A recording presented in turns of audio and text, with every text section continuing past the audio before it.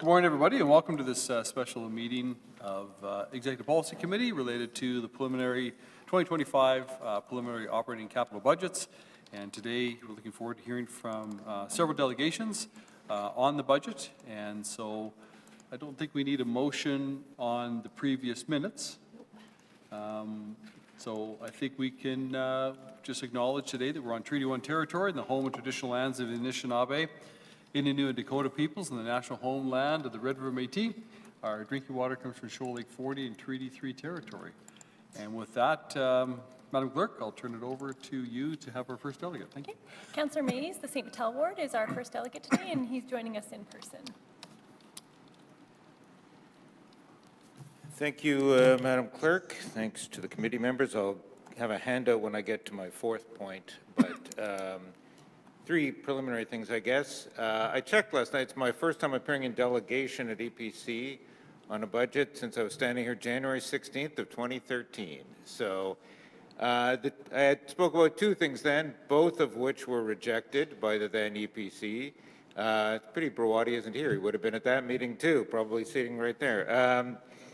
Two things I spoke about at that meeting. Having a grant for Save Our Seine, which is still in the budget, got in the next year, and having a transit safety force, which didn't get in the budget that year or the next year, but which commendably did get in the budget when the current mayor assumed office. So I am appreciative of that. So my point being, obviously, maybe what I'm saying should get some weight, because what I was saying in 2013 eventually made it into the budget as well. I do want to commend the mayor for getting that transit safety in. I've had people from the mayor's staff say, well, you keep saying the mayor steals all your ideas, although they ran out of that after one item, which was transit safety. It was never my idea. No one stole it. Perhaps I wanted more credit than I deserved, but I'm glad to give some credit to those who got it through. So on the positive aspects of this budget, a number of the items I fought for St. Vital Ward remain in.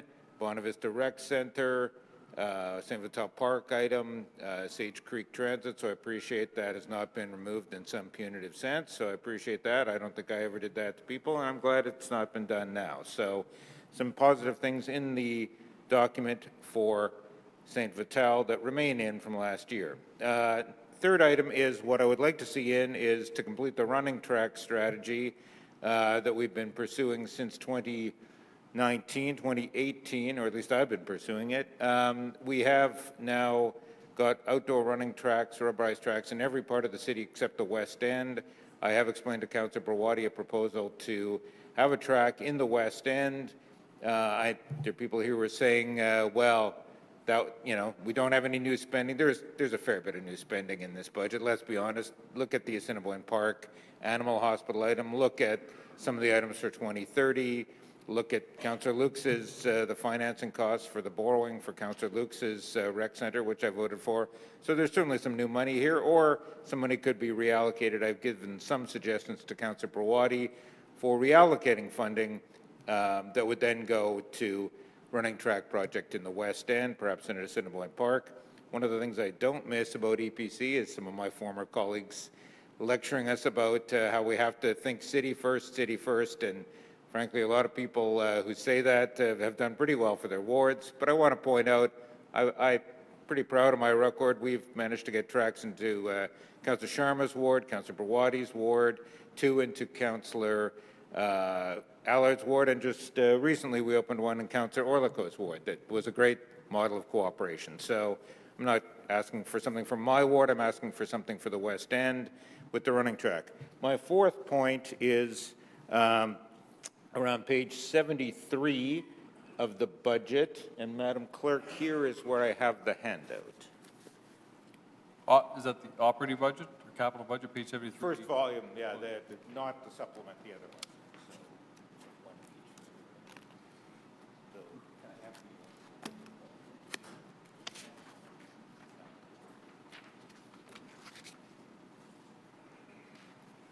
While that's being handed out, thank you, Madam Clerk.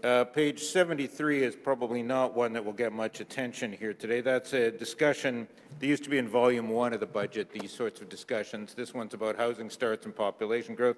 I take no issue with the numbers that are being used around housing starts. I do think you're going to have to amend this page anyway, because it's got the phrase, housing starts in Winnipeg in 2023 slightly declined relative to 2024, which is a grammatical mistake, or I suspect 2023 declined slightly relative to 2022 is what's being sought there. But regardless, you're probably going to have to amend the page anyway. Welcome, Councillor Brawadi. It's just saying I had provided some ideas to you for a possible running track project in the West End, so I won't belabor that point. I will, however, belabor the point around page 73. Again, you're going to have to amend it anyway. There's some statements there made about rental properties in Winnipeg, and some of this relates back to the debate we had around malls and corridors. We were told by staff statements like, we're told people can't sell their houses because there's a mismatch between the market and the demographics. So people can't sell their houses and we're going to have to rezone.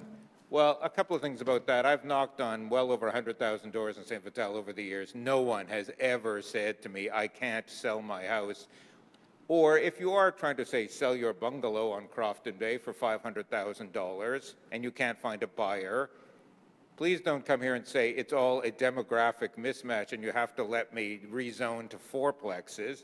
I would say, why don't you just lower your price a bit and respect the market? If we're going to have some respect for the market, then let's not pretend that it's all some sort of demographic mismatch. But that was in the malls and corridors debate.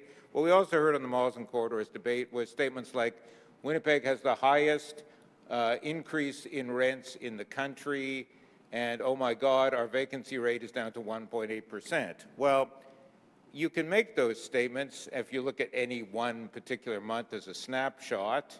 There was a month, and I've highlighted it in the package, where we did have, for one bedroom, one of the higher increases in the country. But we've had decreases since then. The actual rent for a one bedroom has actually gone down since July of 2024, according to the materials I've circulated. So also, it would make sense to point out, if you're going to talk about vacancy rates, we have had a lower vacancy rate than the national average in 2020, 2021, 2022, and 2023. So the wording I'm suggesting here is trying to reflect the reality. No one disputes we have a homelessness problem. No one disputes that we should have, and in fact, Director Boris, to her credit, said the real crisis here in Winnipeg is around housing for the lowest income. The fourplex idea has nothing to do with that. None of it's meant to be affordable. None of it's required to be accessible. None of it's targeted to low-income areas. None of it's targeted to areas where there might be these old houses that people are having trouble selling that we've heard about. So I think it's a fairly clumsy device to try and address a problem. So the wording I'm suggesting here, and I won't go through the whole handout, it's just a way of showing, look, if you take 1 month and try and quote it as a picture of our rental market, I don't think that's accurate. So the rental market here is actually in pretty good shape. As you'll see from this handout, in July of last year, we were 29th from the top out of 35 in terms of most expensive. We've actually improved. We're now 31st from the top among 35 cities across the country in terms of most expensive rents. So the wording I would suggest for the bottom of page 73 would be, while vacancy rate has declined in Winnipeg, the vacancy rate was higher than the national average in each year between 2020 and 2023. Winnipeg rents remain well below the national average, with an average one-bedroom renting for $14.44 in July versus the national average of $19.29. And again, we ranked 29th out of 35 cities in terms of the most expensive average cost of rent. So my point here is saying, look, if we're going to present a certain factual situation, it reminds me a bit of the police pension debate. Here's a bunch of fact. Now go and make an informed, evidence-based decision. Well, if I only give you half the facts, you are making an evidence-based decision. You're just making it on half the facts. So I think the focus of our efforts in the months to come around housing should be on the lowest income housing. Obviously, if the market was riddled with people who couldn't sell their homes because there's just no demand for it, well, you'd see, A, the number of homes being sold plunge. B, you'd see a plunge in the resale value of homes. Neither of these has happened. So let's leave that aside. Let's not pretend that we have a crisis of cost in the middle income area the data shows we're actually in very good shape in terms of our rental market on a national perspective. Where we have a problem, and I would agree with the director on this, where we have a problem is with homelessness and the lowest income, housing people at the lowest income levels. The whole fourplex debate is definitely not going to do anything about that. Again, none of it's targeted to low income. None of it needs to be affordable. None of it needs to be accessible. None of it's targeted to particular areas in the city that could use the investment. So I think to make a more complete picture on the rental market, we should have some additional wording as proposed for page 73. That concludes my remarks. Thank you. Okay, thank you very much, and thank you for submitting this to us as well. We do appreciate it. We'll need a suspension of the rules to receive this information. Thank you very much, Councillor Duncan. All in favor? Aye. Aye. Opposed? Carried. Okay. Thank you for these things. Any questions at all? Okay. Thank you very much. Appreciate your time today. Okay, our next delegation is Councillor Orlico, River Heights Fort Garry Ward. Good morning. Hello, everybody. Good morning. Thank you for allowing me this opportunity to speak. I'm taking a little different, the joy of being a solo flyer, not being on the EPC, is I get to really look at my ward, and I get to try different approaches. And one of the approaches I've tried this year, I've tried many of them. I had a really, I know I'm kind of a geek out in this stuff. I had different models I was able to use. I looked at stealing Peter from Paul. How do I get stuff from my ward by taking Peter from Paul? That wasn't great. The hits were pretty hard. Looked at different other sources. So as Georgina, my assistant, always says, keep it simple, stupid. So I've tried to keep this as clean and simple as I possibly can for you today. Now, knowing that I don't have all the information that EPC and the Budget Working Group had, I do want to thank our new CFO. She really, even though I know she mentioned it many times, there's other demands going on her, she did her best just to give me the numbers I wanted. So I really appreciated that. It helped me just, come up with a spreadsheet that I hope you'll be able to look at later on. I've handed it over to the clerk. So generally, I'm just going to go through it, what some of my ideas are here, and highlight some of the needs for the River Heights Fort Garry ward that are not in this budget.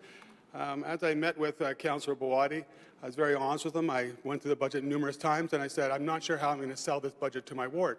It's spend more, get less. I really don't see what the River Heights Fort Garry ward is benefiting from this budget. However, and I told people, we're actually citywide, we're closing some gaps that are these systemic, horrible budget things that we've been doing for years, such as snow clearing. Workers' Compensation Board, these things aren't having direct benefit for them, but we have to pay them. So those are hard still sales to the residents of the River Heights Fort Garry ward, who are going to be paying a fair bit more than with the mean average of the property tax increase will be than other neighborhoods, mostly because their assessed value has gone up a fair bit. So what I've done here today, and I'm going to go through it quickly, and you can, at your leisure, look at it, or if you want to call me later and see how I got the data, or say, John, that number is way off, that's fine. I did try to get this information to the CFO to review for me. I just ran out of time. That's bottom line. I got up like 5 today trying to, have my epiphanies left, and I go, okay, I moved that number around. So that's going to go through it. I did on the 3-year. I tried to match it to the budget recommendations that you have there. So first of all, the 5.95, as we know, we've heard repeatedly over and over again, we have an affordability crisis going on right now. And that's for people, remember the economy is driven by people to be able to spend money. That's really important. So I wanted to lower the 5.95 to 4.95. So lower it down a percentage point. And so I've done that, and that's the first line in my presentation today. And this presentation is balanced at the end. And how did I do that? Well, I want to share the pain. So I know that some councillors and some do not want to do this, but I do. The increase in the business tax. Business tax, it's been stagnant for how many years? I can't even know. But that was a problem. But again, with Councillor Eadie's input, he said, well, that's also going to crush the local guys. I go, fair enough, so let's increase the threshold from 47,000 to 55,000. So that number is calculated in the third bar. And then, so now, that's the major revenue drivers in here. that supported things like, now I can figure out how to pay for the community connection space. I do believe some councillors don't like the idea. I was very involved in that. I was opposed to the community connections when I first started this saga. I have definitely turned 180% around on that. It's a very important service for access, supporting downtown, and for safety. So I would like to see that, and that's another $650,000 a year. I did suggest, and there was a little bit of comment about maybe you shouldn't, but I said I should, increasing parking rates by 25 cents. Again, so that's a revenue source. And then again, when I got a little upset when I found out that we're going to fund the department of the planning department $2 million out of taxpayer revenue, so developers can have permits, so we can deal with the provincial government mandates. At $2 million, we've already lost millions of dollars through the Housing Accelerator Fund for the developer fees. We lost our LDR, and now we're going to give them another $2 million. So I said, okay, let's split that in half. Well, let's do $1 million, and then you can increase the permit fees by $1 million as well. So that was a revenue source for me, plus and minus. I also went into tipping fees, increasing the tipping fees $10 for residential, only for commercial, and that provides some funds there. I also added a grant for the funding for safe cities. That was Councillor Gilroy's plead and beg, and I said, okay, Councillor Gill. And remember, I think some people have heard me say, if you have an idea and you have a wish, show me how you're going to fund it. We can all want, but we have to show how we're going to fund things. And I think that's kind of where our budget has gone off in the past. So these are all balanced off, so we make sure our ideas are funded. So I did add that into the Safe Cities, to the grants there. Mature Neighborhood Growth Support Fund. The mayor committed to fixing the LDR problem with the Housing Accelerator Fund. So far, I saw nothing in the budget. That was fairly disappointing. So again, I took $1 million that was going to the developers for the permits. I took $1 million for that to put into a growth fund. That's simply as you take $1 million a year, divide it up by the number of permits per ward, and hand out the cash. I worked out to be about 5,000-ish, depending on if it's 250 permits a year. So that's how I kind of worked that number out. And again, that won't fully replace the LDR loss, but it will be at least a commitment to give us. So we're not actually getting less than everybody else. We'll still get a little bit less, but right now we're getting a lot less LDR than other neighborhoods outside the mature neighborhoods. And then that's the operating side. And then the other one I looked at is I saw that there was a 3.75 take from the Southwest Rapid Transit line to balance our budget. Well, that's nice, but that project's really not done for me yet. We did a nice little Fulton Grove development with zero recreational space in it. I was very torn by that, but I was promised again that we'd find ways to deal with that.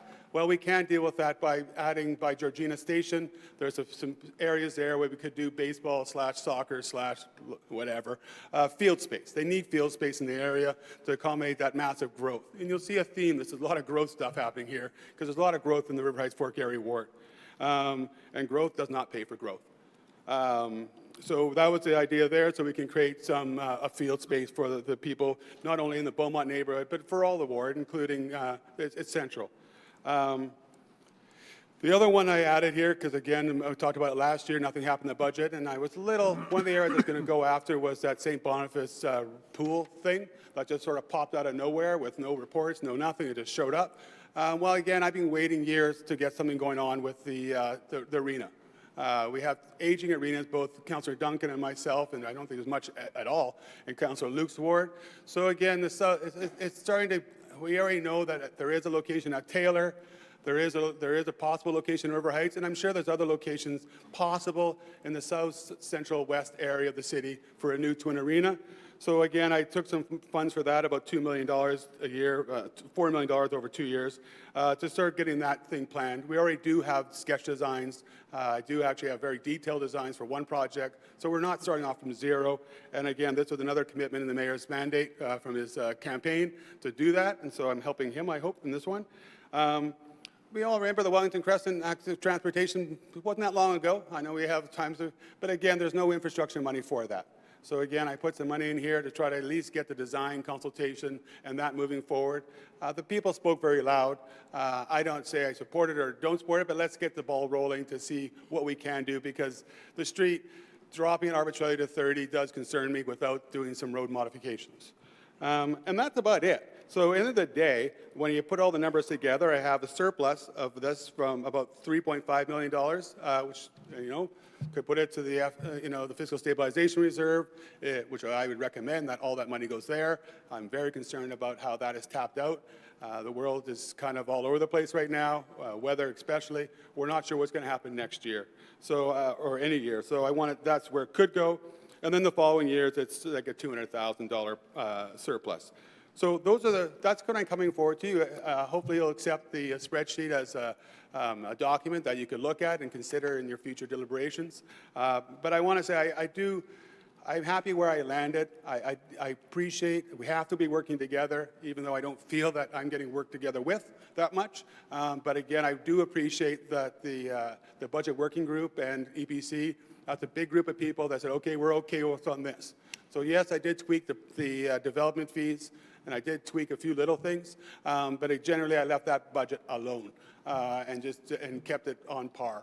But again, this will be something, I don't expect to get everything, but I just wanted to list it in because this is a very River Heights, Fort Garry-centric proposal, because that's my job. But again, I think it illustrates some of the needs that I have in the neighborhood, so I'll leave it at that for you all.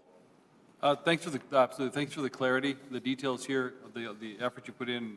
Thank you so much, Councillor Rutherford. One question is, on the Wellington Crescent AT route, I know that there's an overall kind of AT plan.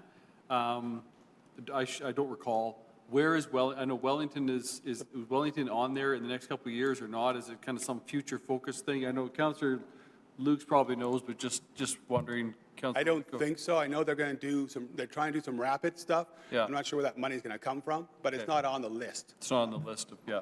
Maybe Councillor Lukes can. Yeah, so we're going to address the short-term issues that we talked about over the last few months. Yeah. Excuse me. And there, excuse me, there's a fair amount of unallocated funding each year in the AT budget that I'm hoping to get them to give a commitment at my March seminar that I'm holding. I'm holding a public seminar on how are we spending this AT money over the next 6 years. So I know they're working away at it. There's a lot of unallocated, and they know, like, they're going through the pedestrian and cycling strategy, and Wellington is up there. Yeah, I agree. And this is just saying, don't forget about it. Yeah. So Oh, no, that's why it's the following year. It's not this year. Yeah. It's in the following year. So that may come out. It depends if you can find the money within the budget. But I didn't know unallocated means I don't got it. Yeah. So I'd like to make sure it Fair gets enough. allocated, and that's what this is saying. I appreciate it. No, thanks again for the presentation. I appreciate it, really do. Okay. Thank you very much, and Thank you. good luck with your day. Yeah, thanks. Yeah. Need suspension of the rules then to receive this information provided. Thank you, Councillor Santos. All in favor? Aye. Opposed? Carried. Okay, our next delegation is Chris Lawrence, Manitoba Heavy Construction Association, and he's joining us in person. Mr. Lawrence, good morning. Welcome. Good morning, Mr. Mayor and councillors. Very pleased to be here this morning to speak in support of the budget. And Mr. Mayor, congratulations to you on the Chief Construction Officer. I fully expect council will endorse the recommendation, and we'll be only too pleased to work with him when he's in place. As I noted, we are very pleased to support the 2025 preliminary budget. We recognize the very difficult considerations that were faced by the budget working group in the preparation of the plan and the five-year forecasts, and we support the 5.95 property tax increase, which is really a net of 2.45. We support the continued investment in core assets to recharge the fiscal stabilization fund and to find further efficiencies. Those, we think, are steps that are complementary to the budget as proposed. But we do this aware, as everyone is, that the net tax increase really generates two critical observations. And the first is that the 2.45 reflects a commendable restraint on the increase, given the challenges and the compounding and growing list of service asks and demands upon the city. And secondly, the collective conundrum that there is an undeniable need for fundamental change in the menu of revenue streams to which the city should have access in order to sustainably support its ability to fund services and to become a champion of growth. So think new fiscal deal. Even in the budget's own document, and I quote, methods used to balance the budget, such as the one-time transfers from reserves and asset sales, are nearly exhausted. The city also faces a significant infrastructure deficit and needs to prioritize spending. I would rather that they use the term investment, but they used spending, end quote. There simply is, frankly, and you know this better than anyone, there is simply no way that the current fiscal regime tied to the structure that currently exists, which is turn of century, is equipped or able to meet what the city needs. And this is not a problem that is localized to the city of Winnipeg. It is a problem that is endemic right across this country. Your own FCM issued a report in the summer of '24 calling upon a realignment, calling upon greater access to revenues. Reports ad infinitum ad nauseum over decades have identified the problem, but we think that we are at that pivotal point, at that turning point, where we either come to grips with the realities of that inadequacy and make decisions, or we continue to scramble. And you can't plan with scrambling, you can't invest with scrambling, you can't grow with scrambling, you can't be the city you wish to aspire to be if all you're able to do is scramble.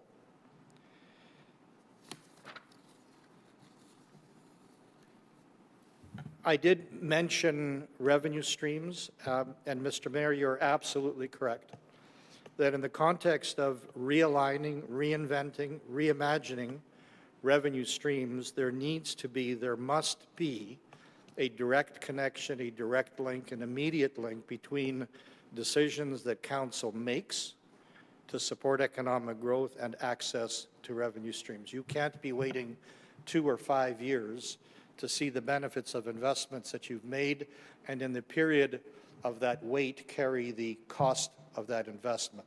That is not how federal and provincial governments benefit, nor should it be, and by extension, nor should it be how municipalities benefit on return on investments and strategies that they implement to grow the economy. My purpose here is to abridge the presentation. I have a slightly more detail for the presentation for council, but I want to leave you with 3 recommendations that you've heard me speak to before, and I sincerely ask you to consider them. You won't be able to do that, obviously, in the context of the budget, but these are next steps that I sincerely urge you to consider. And the first is to appoint that Chief Economic Development Officer. Mr. Mayor, were it not for your tenacity before as councillor and since mayor, the investment of $73 million into Centreport South would not be a reality. And without that reality, the literally estimated $1 billion of private sector investment that will surface and will materialize in Centreport South would not happen. And if one doesn't believe that, just look at Centreport North, the arm of Rosser, that little community, extended utilities and services, $1.5 billion with a B dollars later of private sector investment. We need that champion. Secondly, press Manitoba to, on a blank sheet, examine which level of government should deliver which service and how that service should be funded. And third, harness the existing public support to engage the province in a meaningful, provincially led new fiscal deal discussion. And in the context of that discussion, again, reimagine what those revenue streams should be like and think outside the box. Let's face it, there is only so much that realty taxes can provide. If you look at trends in the United States, more and more cities are moving to rely on income taxes, which allows equity, allows progressive taxation, allows transparency. It's not difficult, not impossible, maybe a little bit difficult, but certainly not impossible to piggyback on the existing system and harness the validity and value, transparency, and equity of progressive income taxes to replace realty taxes. These are all difficult steps. They're all important steps. You are the trustees of our future. You know these numbers, you know the challenges, you know this to be the truth, and you know that the next steps are a requirement. I ask you to vest yourself in the future of the city, vest yourself with the courage of these difficult decisions and make them, and I think you will be amazed, if not surprised, at the level of public support. Thank you very much. Thank you very much for your comments and your support, Mr. Lawrence. Really appreciate it. Any questions at all? Okay, thanks again. Appreciate it. Thank you for your good work. Thank you. Okay, our next delegation is Kelly Rybeck, and following Kelly, we'll hear from Lauren Remillard via Zoom, and then Kate Fensky in person.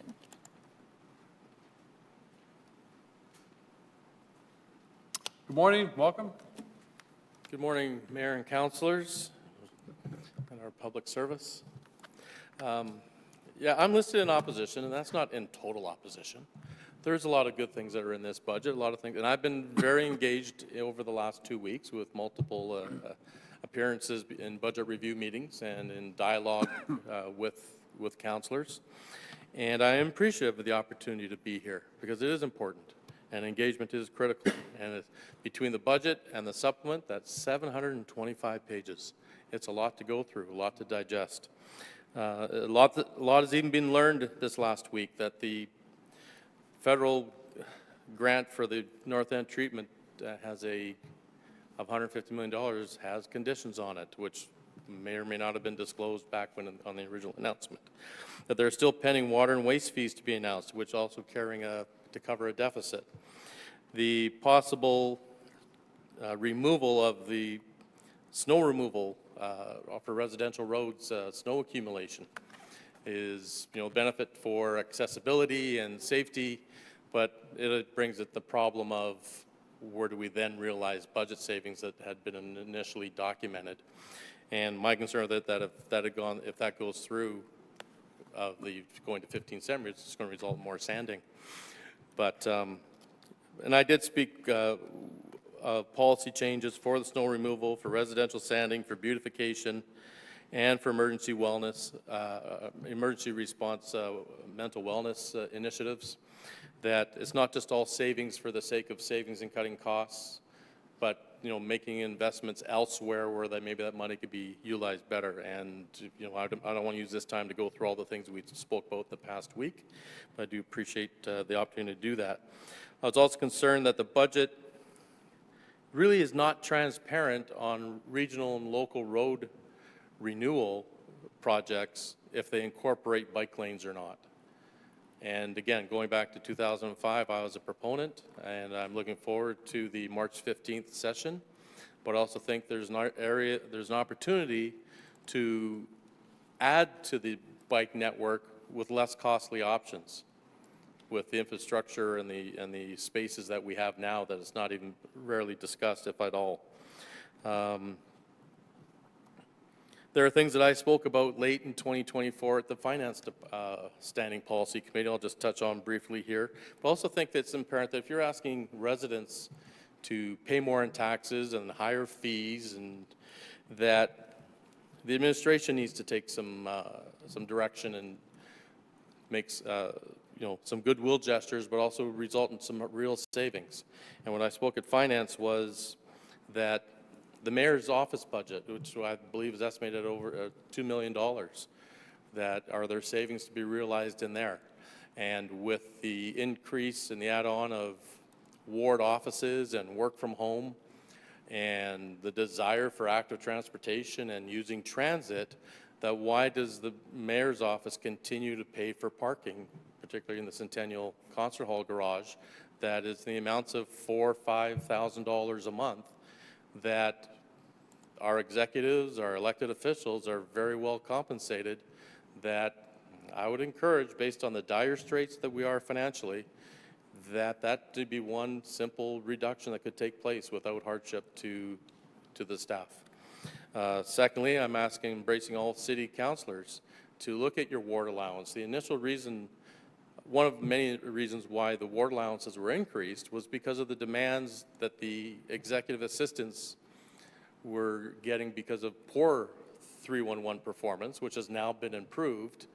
That there could be ways to cut back on that initial $850,000 increase. And going back to, if you're using your ward offices, do you need to be downtown as often? Do you need paid parking? But I'm looking at the last ward office that was opened. And it's just opened recently. The expenses incurred in that, to me, seem extravagant, especially with the financial situation of the city. There's $7,900 in furniture, $5,000 in leasehold improvements, 6 months rent at $2,400 a month for one office, signage of $1,182. This is over $30,000 for just 6 months of operation plus and including utilities. That I think there is a savings, and maybe there needs to be a moratorium on ward offices going forward, and maybe there can be sharing of offices where they can be located close to a border. But to look at that, that's a significant amount of money. Then we look at areas, yesterday was innovation in 311, and I'm well versed in call centers. I ran them for several years, and I presented on it in October of 21, January, and March of 2022, and the things that we spoke of then still have not taken place. Secondly, back with that report, it required 2 extensions, and yesterday you approved a second extension to a continuous improvement plan that I believe that if this is an example of just ongoing performance and spending money wisely, that based on the report that was published and put in action in April of 2022, what's being asked for an update on continuous improvement plans, and that should have been put in place by at least early 2023 and be a living document that could be easily brought forward and accessible instead of where are we today. I was also concerned yesterday talking about the client portal, but there's no connection to how that was going to impact 311 inquiries, that if the client portal's in place late this year, will that result in a reduction to 311 inquiries? Where is the connection for that and the utilization? I know there's excitement of, going back to, let me just get back to 311, that there has been improvements. The phones are answered much quicker. I've experienced it myself. My challenge has been is once you answer the phone, they're still taking too long. A 2-minute call, sometimes I'm placed on hold for 10 minutes because the clerk is not prepared, ready, or maybe trained. Different reasons for that. But yesterday, talking about 850,000 plus inquiries, and that sounds impressive with 98 full-time employees. Just let me put that in context, though. When you do the math, that comes down to just 40 transactions per clerk per working day.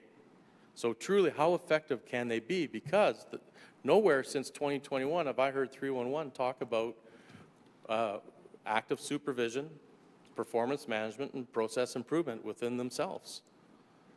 That 850,000, that sounds great. 98 employees, that's 40 per day. So truly, how often are they working? But I also want to include that with, I encourage you to embrace performance management, efficiencies, and process improvement. In my corporate world, I went through it a few times, and we had incredible results. I think the CFO is going to be challenged to meet the target of $30.7 million in efficiencies if those are not even identified and implemented today, because there's only 11 months left in the year. And it takes a lot of work. And the biggest challenge to this is resistance to change and battling an old culture.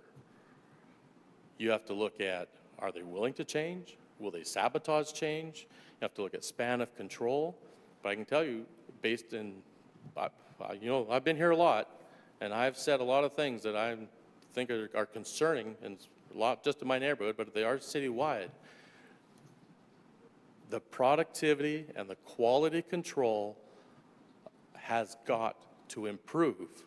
And when you do that, your costs will go down and you'll get more done for the same money. Your residential and business satisfaction will increase. And you want to take it into a silo, your transactions at 311 will go down if you do the work well the first time. And if the workplace is not prepared to support that, I can tell you of management where in my workplace where they did not support it, they were eliminated.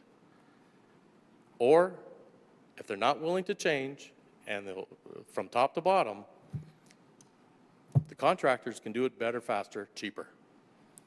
But embrace it, because when it works, it is so satisfying and the benefits are incredible. And this is going to be a very telling year. The very telling of the rest of this term for you is going to be very telling. But please be focused on performance improvements.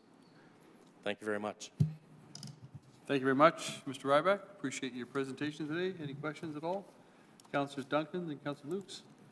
Thank you very much, Mr. Mayor. Through you to the delegate. Just wanted to touch on ward allowances, and in particular, you touched on ward offices. I do not have a ward office in the Charleswood, Tuxedo, Westwood ward.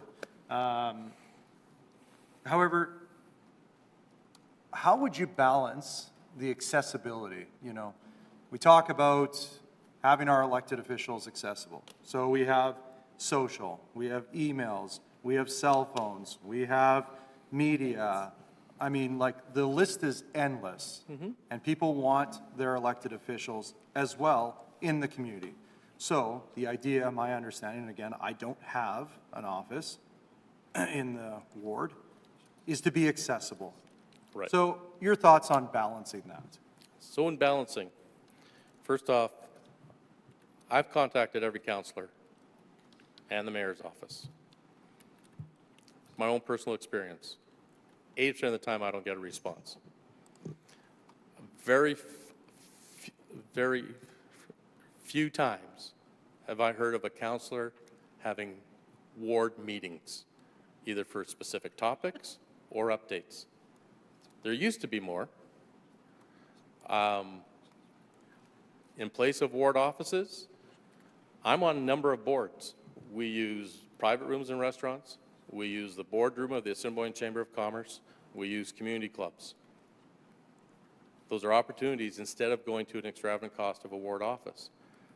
But I believe it's on the counselor to make them more accessible by, at a minimum, holding regular ward meetings. And not every counselor uses social media. Not every counselor uses a website. Websites are not updated. Those that do exist, I've gone to them and I've seen the latest update, 2021. I've seen one counselor spent money on a website and it doesn't exist. He doesn't even own the domain anymore. But 2 years ago, spent $2,000 on it. But there are ways just to be accessible, but also just to acknowledge that we're reaching out to you. But I think the biggest challenge is voter apathy, that they've kind of like given up. The last election, less than 40% of people voted, and it's not just civic, but make yourselves more accessible, and it's challenging. There's balance there. So, but you got a couple of things coming up right now. The transit is going to change dramatically. How many councillors in the planning had meetings about it to inform them, and how many are planning meetings between now and July 1st? So with regards to accessibility in the community, and I'd have to, push back against you saying that you haven't heard of anybody having any events in the community with open forum for there haven't. residences. Not Okay. true, but Specific to the budget, I'm only aware of Councillor Lukes. actual interactions through you, Mr. Mayor, walking on your personal street Yeah. with neighbors, taking your calls, having your emails, doing walkabouts through your neighborhood. I mean, there's a balance here, Mr. Ryback, and it comes down to you're asking for the world, but then you want to cut how we're going to provide the world to you. I mean, when it comes to having individuals paid a good living wage from our ward allowance, you want good service. I can relate this to your 311 complaints. You want good service, but you want to chop everything out. I mean, 2 years ago, I was in your world as well. I thought, hey, let's just chop the bottom out, save all the money in the world, and everything will be completely fine, through you, Mr. Mayor. Yeah. Unfortunately, when you get into the mud of it, if you really want good service, you're going to have to pay for it. I think efficiencies, 100%, on board with you here, Mr. Ryback.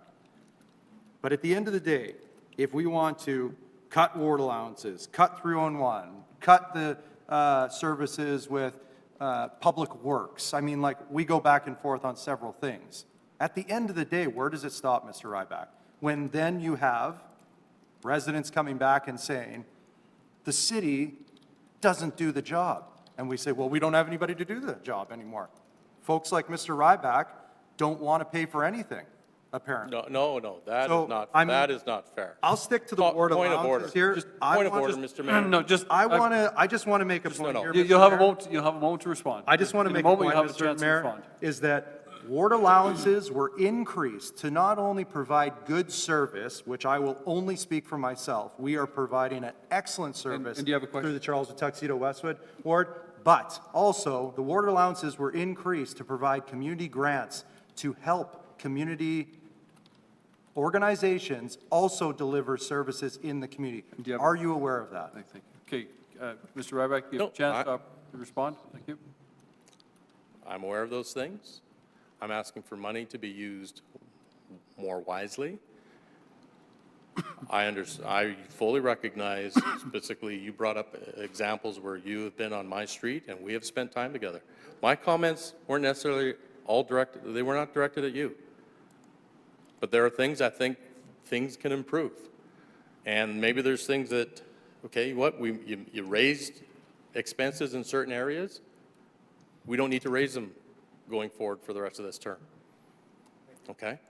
Okay, thank you. Some examples of that, but there are opportunities, like, why was my, to get back to specific, why was my base sanded?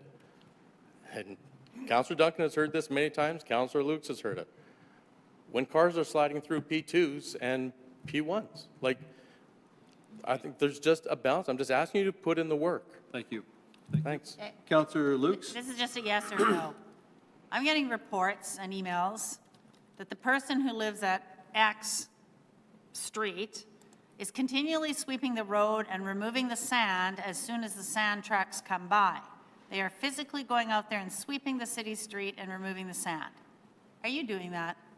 I think it's, if I can, that's outside the budget.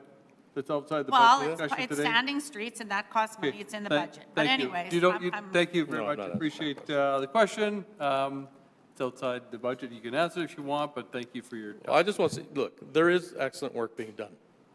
There's opportunity for performance improvement. There's opportunities to use money more wisely. And it begins with frontline services. Thank you. Did not say just cut. I did not say that.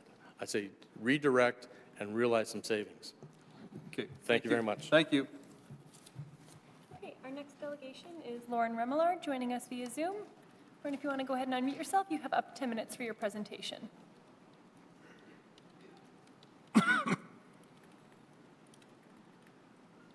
Good morning, everyone. My apologies for coming to you via Zoom, but I appreciate the opportunity to appear before you today on the matter of the 2025 preliminary budget. Thank you, Mr. Mayor and members of Executive Policy Committee for this opportunity. As you may know, the Chamber was founded in 1873. We are the oldest business organization, not only in Winnipeg, but perhaps Western Canada. We're also the largest business organization in the province, representing more than 2,000 corporate members, employing more than 90,000 Manitobans from all sizes and sectors of business. The vast majority of our members are small and mid-sized companies with 50 or fewer employees, and they are owned and operated in every area of the city, every corner. As we approach 152 years in business, our purpose has remained constant: to foster an environment in which Winnipeg business can prosper and effectively all Winnipeggers can prosper. And let us not make prosperity a negative thing. That is ultimately what I think we wish for all our neighbors, our friends, our family, is a healthy, happy, prosperous life. Our mission, however, is not carried out in isolation. It really builds on the recognition that a healthy, vibrant business community exists only as part of a healthy and vibrant city, and vice versa. On behalf of the Chamber, I am pleased to appear today in support of the preliminary budget. As with every budget, the requests and perspectives you are receiving are truly endless. You have heard and will continue to hear from residents from all over the city about the positives and some of the shortcomings of this imperfect document. Our support of the preliminary budget update does not overlook its imperfections. Rather, it considers the document as a whole from a systems-wide perspective. Through that lens, the budget outlines key investments in the growth of our city. Going to this budget cycle, our chamber was seeking the following: a clear path and plan to address the immediate and long-term financial challenges, including plans to replenish the fiscal stabilization reserve, economic investments that signal our city is continuing to be open for business and it's an attractive place for business and growth, and measures to tackle crime while promoting safety, cultivating a greater sense of security for business, their employees, and clients. Before I get into my point, I just want to respond to some of the things that I've heard listening. I do want to start by, I really hope not just members of council, but administration and citizens of Winnipeg truly, and I mean this in terms of how we view the budget document, and that the budget document is an implementation tool that implements the policies and priorities set out by council. If we reverse that and make the budget the priority setting document, should be no surprise then that we have micro focus on things, $2,000 here and there, because by not recognizing the budget is an implementation tool, if we don't treat it that way, then we're just focused on micro spending and we're arguing over pots of money here and there. I think we all collectively need to elevate our thinking around the budget to be truly that here are our priorities, and the budget reflects those priorities, actions those priorities with dollars and resources. We need to start talking about our budget more than that, because otherwise you get symbolic gestures with the budget.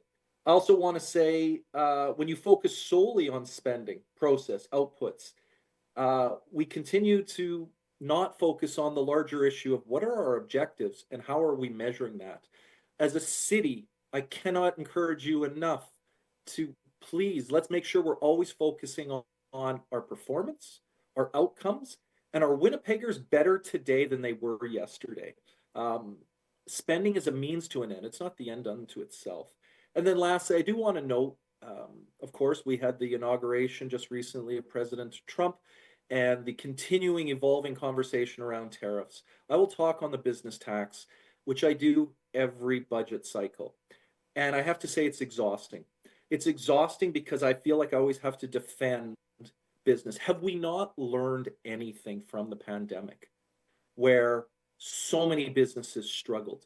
And it's not a business, some monolithic entity that has no heart or soul. These are people, collection of people, owners, operators, managers, frontline staff, paying bills, paying mortgages in this city.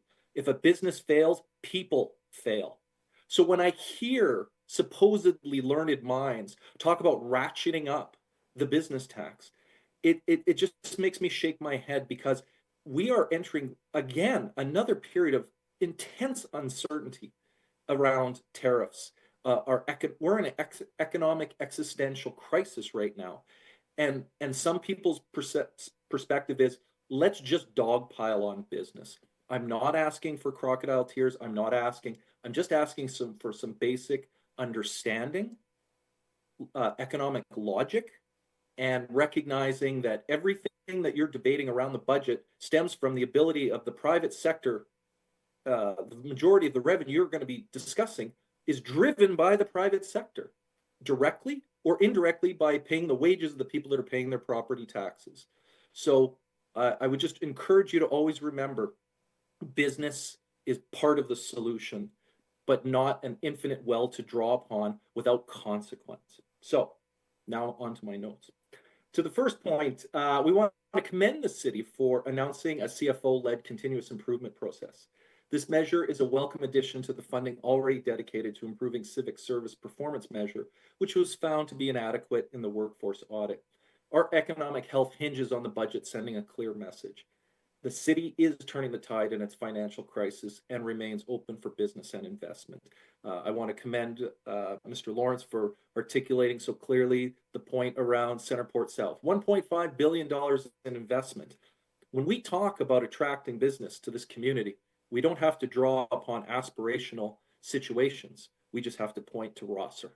$1.5 billion. We can do that. So again, I don't think you attract that by just saying, here, let's dogpile on business more. The proposed property tax increases of 5.95% is necessary, as is no increase to the municipal business tax. Supporting a healthy business community is what enables the city to generate the revenue necessary for essential services and infrastructure. I also do want to note, I understand, look, we are all citizens of Winnipeg.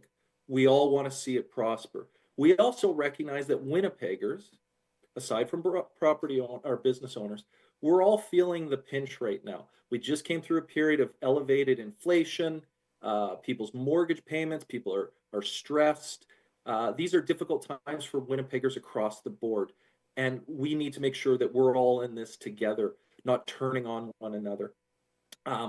But I do want to acknowledge that business pays not only what residents pay, but it pays commercial property tax, pays business tax, pays business levies. The list goes on.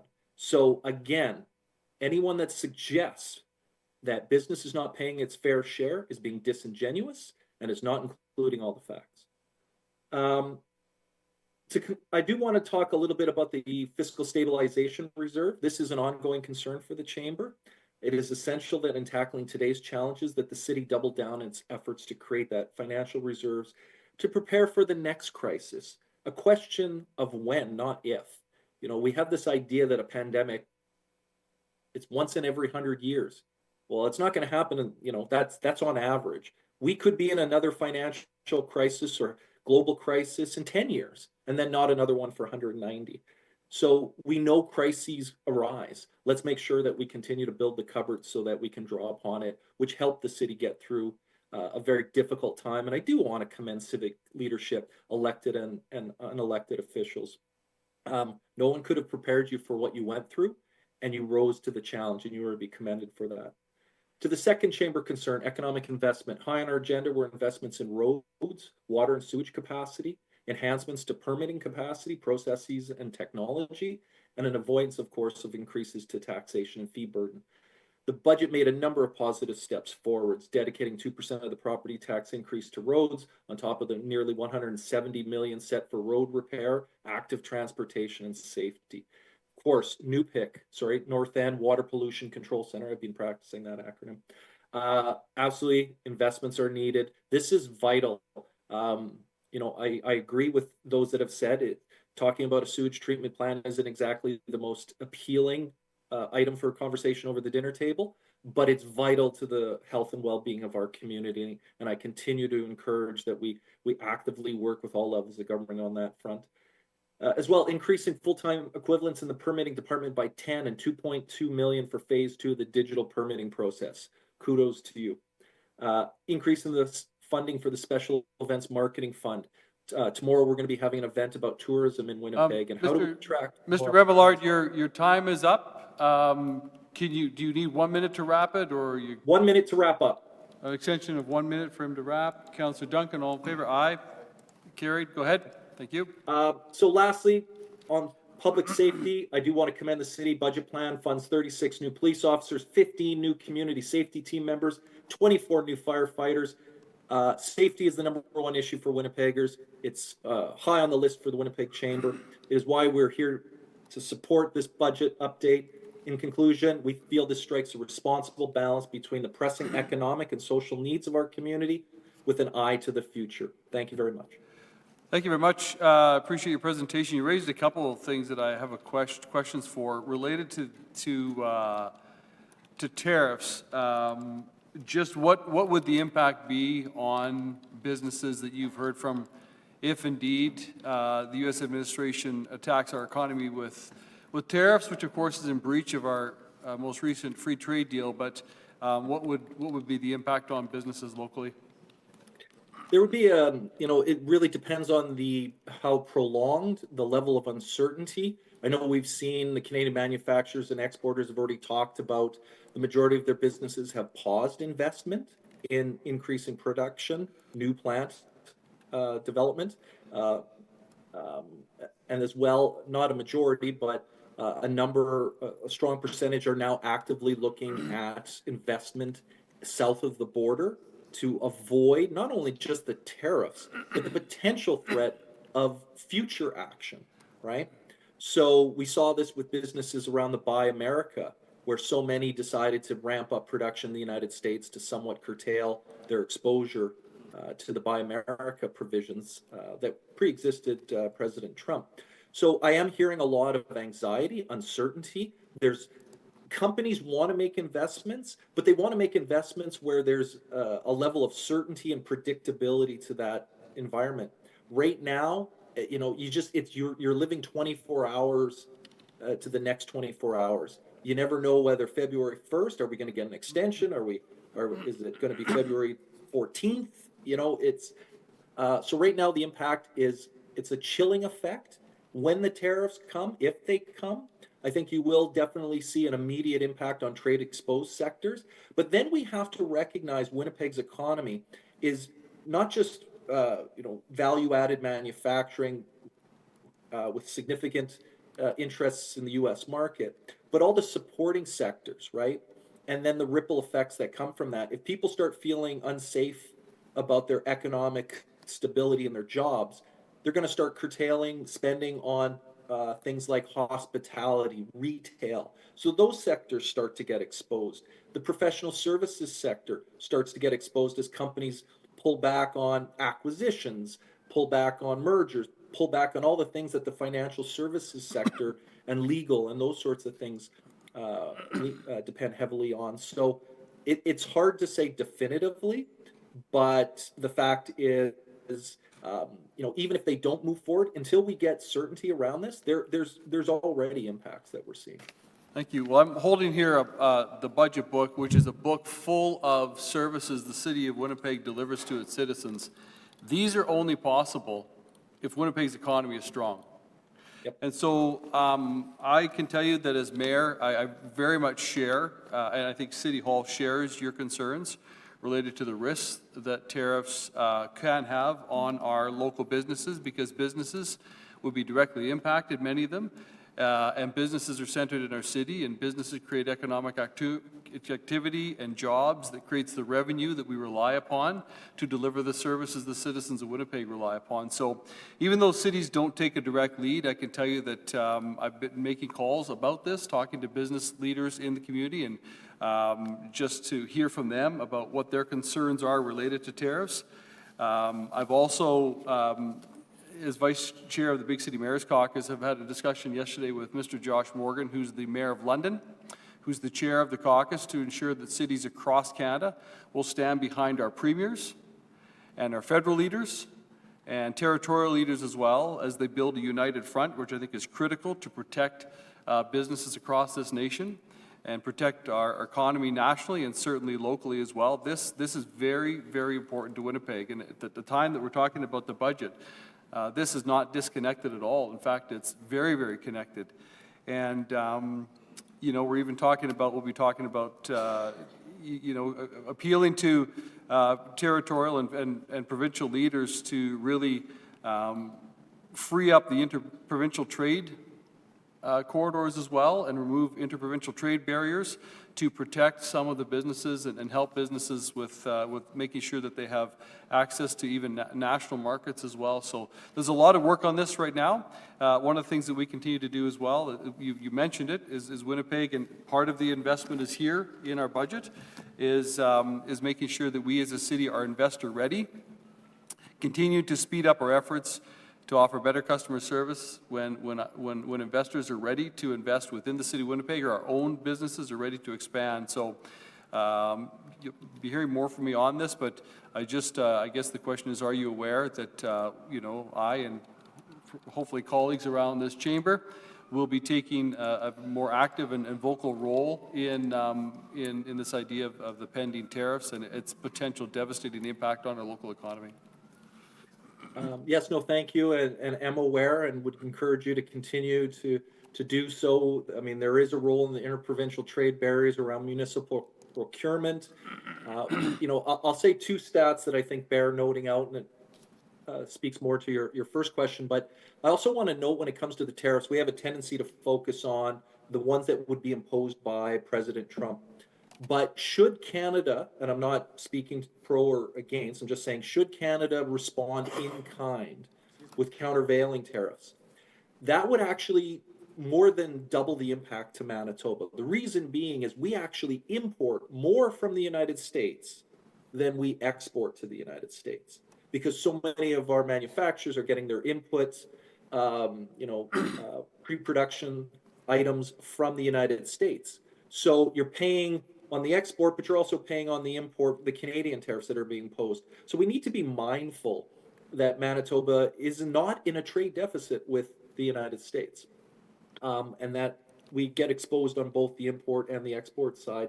And in terms of interprovincial trade barriers, the frustrating part about this is I would really hope that when this passes, and this too shall pass, that we don't just revert to the traditional form of, we dodged something there. We need to take this moment to make sure, how do we mitigate risk? And that includes the city of Winnipeg in that conversation. Because the reality is, if we eliminate interprovincial trade barriers, the economic impact is estimated of wage gains of $1,800 Canadian per person, whereas the U.S. tariffs are estimated an economic impact of approximately $2,000 in wages per Canadian. So we have it within our own control to be able to deal with the challenge if we could just get out of our own way. And so I would encourage you to continue to work with the province and the Premier to work with his counterparts to really say, this is a defining moment for our nation, and cities are a big part of defining that economic union. So I applaud you for the work that's being done and will be done. Thank you very much. Any further questions? Okay, thank you for your presentation, your time today. Thank you. Our next delegation is Kate Fensky from the Downtown Winnipeg Biz, and she's joining us in person. And following Kate, we'll hear from Michelle Durand-Wood and Chris Clasio. Good morning, welcome. Thank you. And I will say I forgot my earrings after my swim at the Downtown Y this morning, so I may not have my superpowers, but I will do my best to bring some energy, because I know it's tough sitting through long delegations, especially when it comes to budget. Thank you for the opportunity to speak to the 2025 budget. I want to extend my gratitude to Mayor Gillingham and councillors on EPC and across council, as well as the public service, for your ongoing commitment to downtown. At the Biz, we are proud to play an essential role in supporting and strengthening our community. Our team is committed to delivering exceptional value to our members, and those are the businesses that operate within our zone. Your support through city operating grants is absolutely critical for us to support the public service and the work that we do together to keep downtown clean and welcoming. In 2024 alone, our Wawanesa Enviro team removed more than 15,000 graffiti tags, collected more than 1.3 million liters of litter, removed over 54,000 pounds of bulk waste that we pay to take to Brady Road landfill, and we cleaned transit shelters over 6,500 times and removed over 7,400 needles. That's just the Enviro team. These numbers demonstrate the effort our teams put into keeping downtown clean and the critical need for ongoing investment in our programs to ensure a vibrant downtown. So thank you for your support.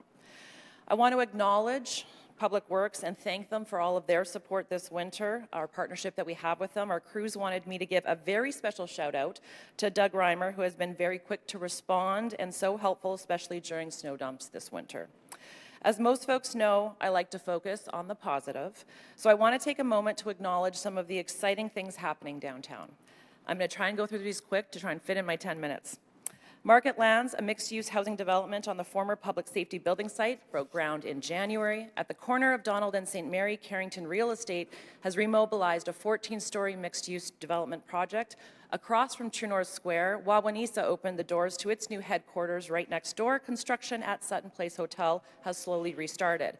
Crews are also transforming the former CRA building on Broadway into Western Canada's first Hyatt-centric boutique hotel. The Manitoba Métis Federation increased its significant investment in downtown, acquiring 2 more properties as it continues to work on the new National Métis Heritage Centre. Railside at the Forks, the project to transform 2 parking lots into mixed-use neighborhood, received permit approval last summer and is on track to welcoming residents within 2 years. And of course, 2 historic redevelopment projects that are a shining example of economic reconciliation.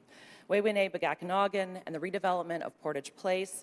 We commend Southern Chiefs Organization and True North Real Estate Development for their vision for downtown and doing it all in such a collaborative way that will benefit thousands of people.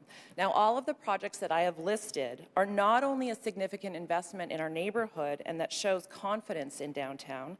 When complete, they will add vibrancy, economic activity, and services to support those who live, visit, study, and work in our community and help the city's bottom line. These projects on their own are not going to transform downtown, but together there is a real opportunity to shape the future of this neighborhood and drive our city's economy. The city's support is absolutely crucial to make sure they succeed, and I encourage you to use every tool in your tool belt to contribute to the success of these projects. Downtown and Winnipeggers will be better for it. So we could say that downtown is moving in the right direction, but we also know that 2 things can be true at once. There can be and there are some very exciting and many great things happening downtown and an excitement of things to come. At the same time, we know folks are struggling and we are experiencing some real challenges, particularly around public safety. We know addressing crime and the root causes of crime is complex and long-term strategies are needed, and our members understand and support those efforts. At the same time, there are real concerns from businesses who simply cannot afford to wait years for things to change, and immediate action needs to be taken while long-term strategies are being implemented. I want to acknowledge the critical work Downtown Community Safety Partnership does to create a safer and more welcoming downtown as a 24/7 frontline service that responds to non-emergency situations and also, as the data shows, actually reduces the burden on your emergency services. DCSP has the expertise and is a recognized, trusted, and connected agency within our downtown community. Sustainable funding for DCSP is critical, and we are happy to see funding allocated for DCSP and specifically the core team. We would encourage Council to consider increasing that funding so DCSP can meet a growing demand downtown.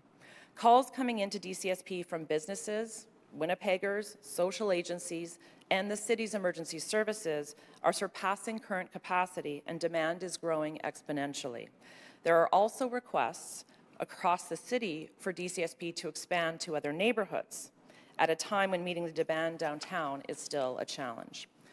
We feel it's important the city uses data to decide where money is best spent. DCSP can show you a lot of data, a lot of proof points that what they're doing is working and is the best bang for the city's buck to create real and lasting change that supports everyone in the community. We also feel it's worth relooking at the data at the community connection space at Millennium Library, where on average 100 individuals access services every single day. Cutting this kind of service can put greater stress on library staff and also the entire community surrounding the library.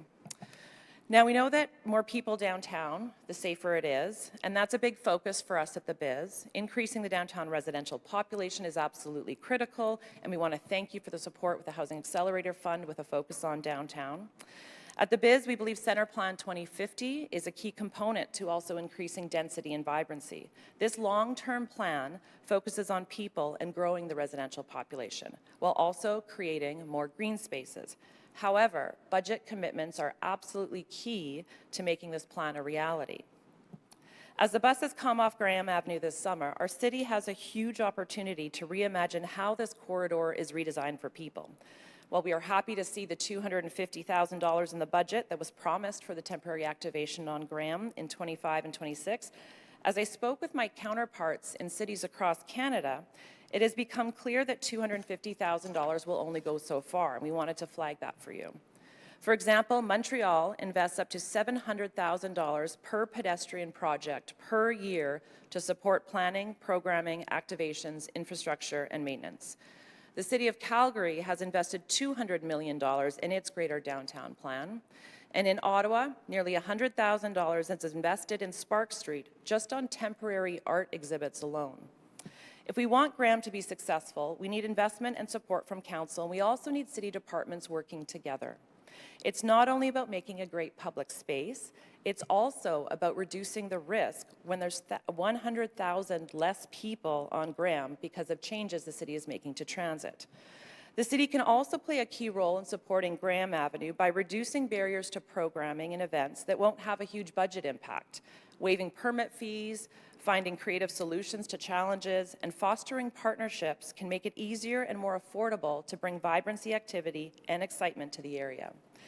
We all know this year downtown is going to play host to a number of exciting events and hosting people from across Canada, North America, and the world. We have Rendezvous Canada, CEBL League Championship Weekend, Go Sea Bears, Family Medicine Forum, and of course the Grey Cup Festival. Our city is and will be judged by how our how our downtown looks and feels. So we do need to put our best foot forward. And it's critical that the city coordinates efforts with a number of partner organizations, including the Bizes, Center Venture, DCSP, EDW, and others, to make sure the heart of our city looks its best. Council must also ensure city parks and public spaces like Air Canada Park, the new plaza on Smith Street, and Broadway streetscaping get to the finish line. Ensuring these projects are successful not only requires investment, but also collaboration through programming and maintenance. So downtown Winnipeg, we know, is more than just a place. It is about people. It is about the heartbeat of our city. And if you are looking for some funding options, we know things are tight right now. Instead of adding 25 cents to parking rates for downtown and putting it continually on the backs of downtown businesses, as Councillor Orlikow had suggested, you could look at increasing paid parking in other high-density areas. Not sure every neighborhood would want to do that, but if it's downtown, that is something the city could look at. You may also want to look at, when we're looking at how we create a clean and attractive downtown. Do you put fines, or can you tax vacant and derelict buildings? It could make downtown look better, but it could also increase revenue for the city. 30 seconds left, and I'm just going to end with, remember when I said two things can be true at once. A city can be in a tough financial position and still invest in priorities that help it become more sustainable. We can tackle our challenges, and we can still celebrate our wins. We can support greater amenities and services all over the city, and we can have a great downtown. Thank you for your time, for your service. I know your jobs are not easy, and you have tough decisions to make, and we do appreciate the work that all of council and all of the public service does. Thank you. Thank you very much, Ms. Bensky. Appreciate that. Any questions at all? It's good timing. It's amazing. Appreciate your very thorough presentation, and thank you very much. Thank you. For all the work that you and your team do as well. Thank you. Thank you. Okay. Thanks. Thank you. Our next delegation is Michelle Durand-Wood, and following Michelle is Chris Clasio, and then Joe Curnow. Slides. Good morning. Okay.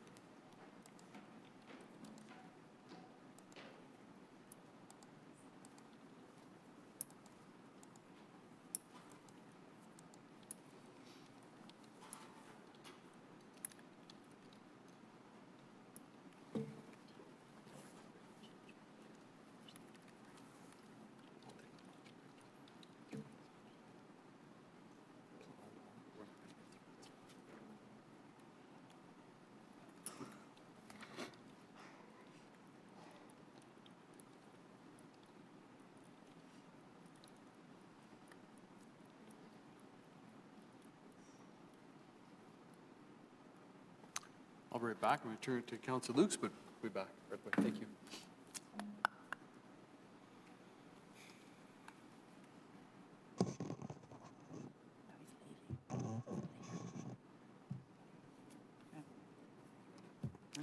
Morning, councillors. Happy to have the opportunity to speak to you today. I do have quite a bit to get through, so I'm going to just jump right in, talking about this year's budget.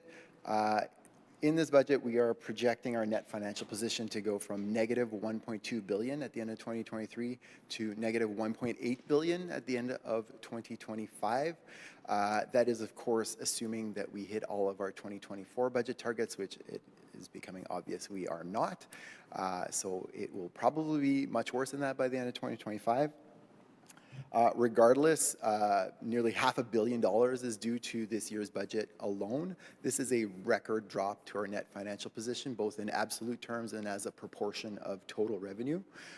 So this is essentially, this is the budget year in which we are spending the most out of future budgets than we've ever had. So I'm going to come back to that. Just to go over a few of the budget engagement results. These are the results from asking the public whether they think we have a revenue challenge or a spending challenge. By a pretty significant margin, more people think we have a spending challenge, which I think is reflected in a lot of people's comments.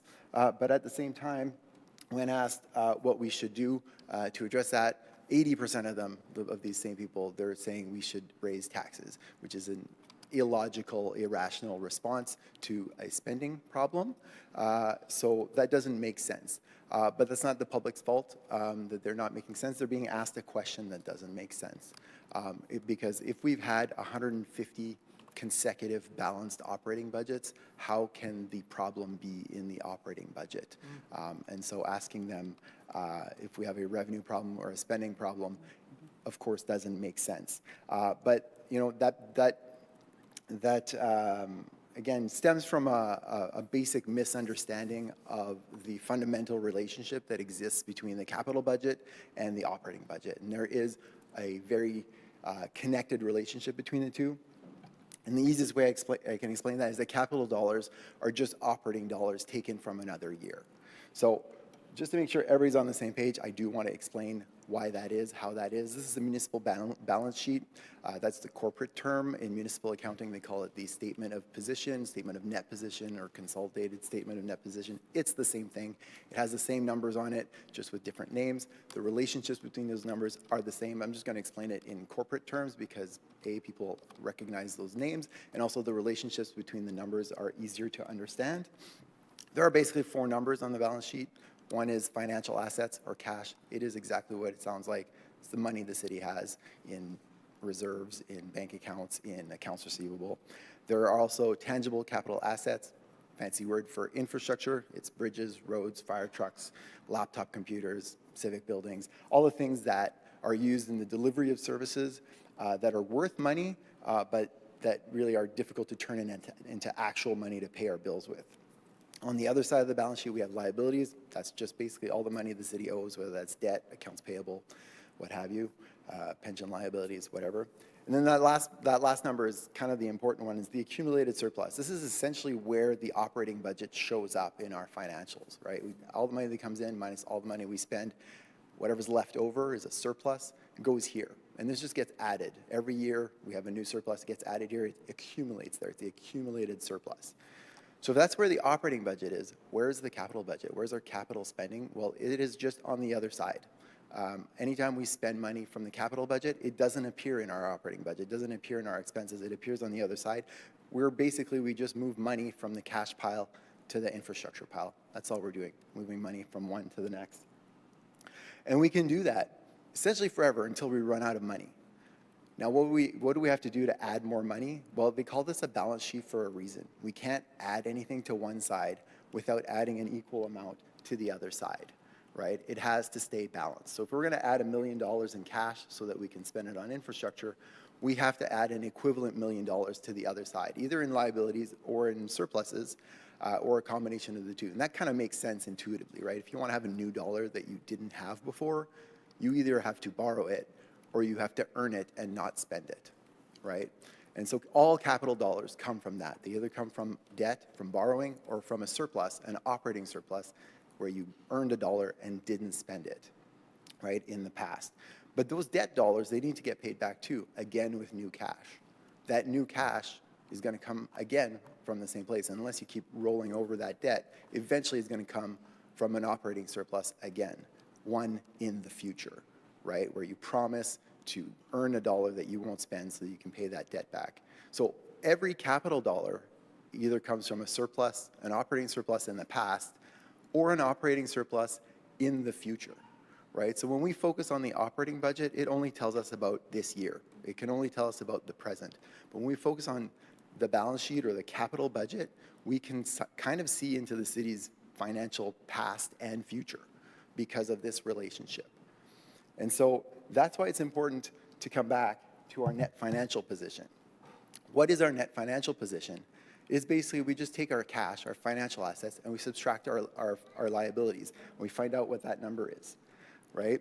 And what it tells us is, it tells us the future. It tells us how much we will be relying on finding new revenue in the future to fund today's or yesterday's expenses, right? If we have a positive value, that means we have more money on hand than we have liabilities. So as those liabilities come due, we will have the money to pay them, no problem.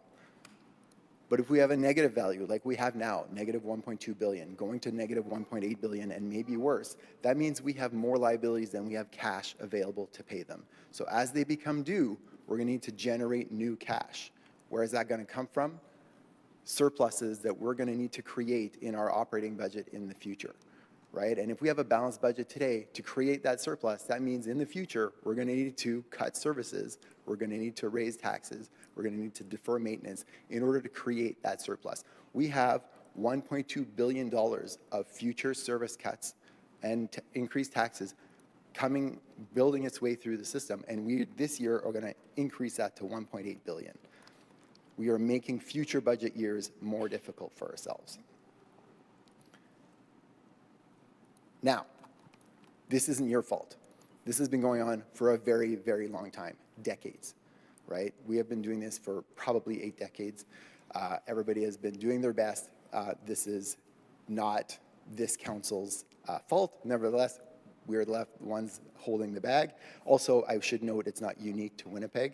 It is a North American-wide issue. Also, it gets worse. I know that the rainy day fund gets all the airtime, that going to zero. But when we look at all the other reserves we have, we're budgeting to spend them down by $64 million this year to bring the balance to $263.6 million. Doesn't take a lot of math to figure out that we really can only do that 4 more years before they are all at zero. So it really is kind of an urgent issue here. I hope at this point that you recognize that our operating budget pressures are being caused by overspending in our capital budget in the past. Now I recognize that, it seems weird to say that we were overspending in the capital budget when clearly we are underspending because we have stuff falling apart. We're abandoning bridges and pools and underground concourses because we can't afford to replace them. Both things are true at the same time. We are overspending in our capital budget. We're underspending on what we need to do, but we are overspending on the money we have available to do so. So, bringing us back, clearly not a spending problem because our infrastructure deficit is averaging at $800 million per year. We cannot find those savings in the operating budget, obviously. So this is not a spending problem. We cannot cut our way to finding that money. At the same time, it is not a revenue problem because our infrastructure deficit, it doesn't even include projects below $5 million.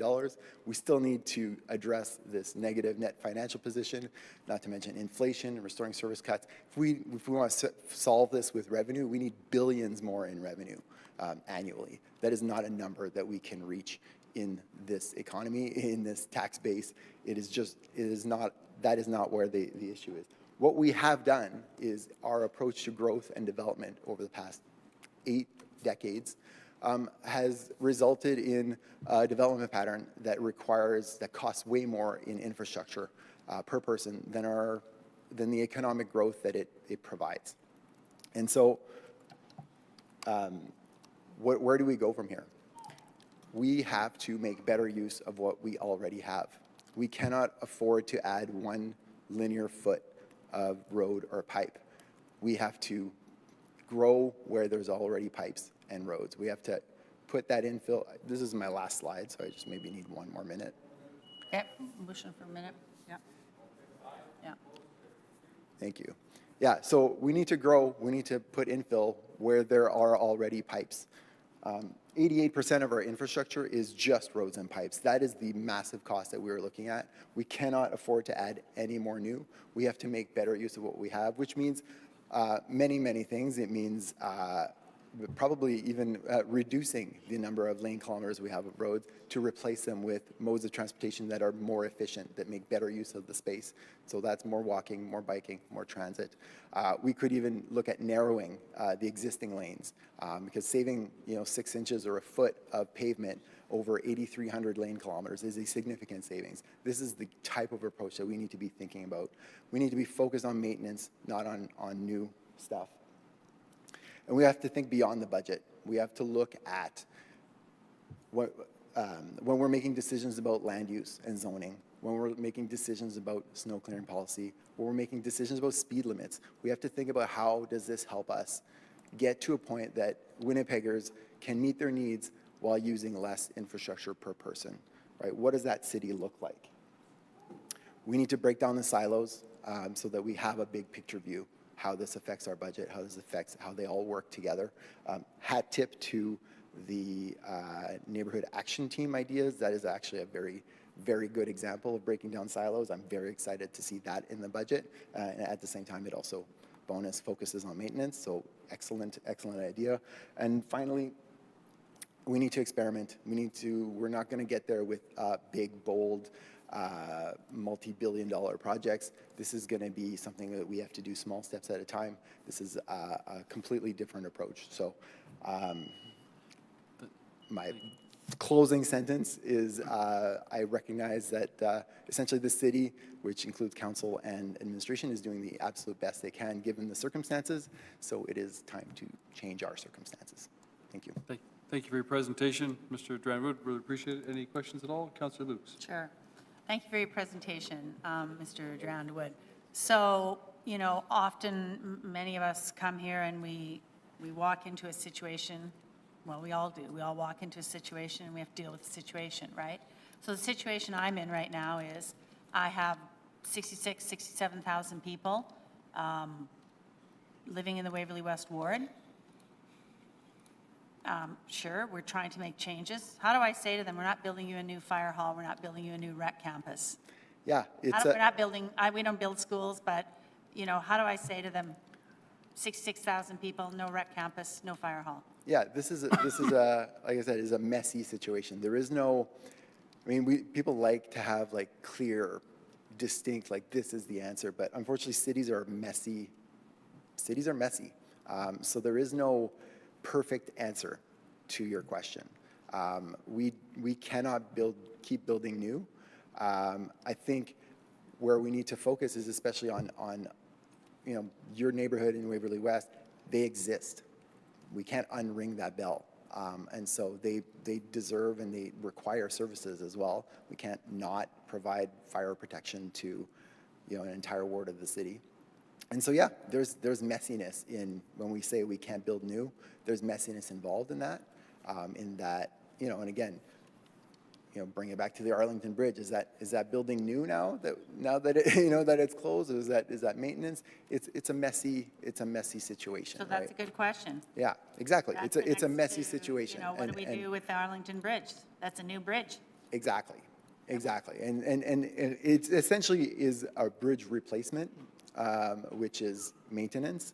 But yeah, again, I think the important part of the focus is not to incentivize any further greenfield development in particular. So is that the point of all this? No more greenfield? Is that what you're saying? That's part of it, obviously. But So again, and then again, I guess I question, there's the big greenfield argument, which we're not going down that path, but I do question, if we hadn't built that area that I walked into, where would these people be?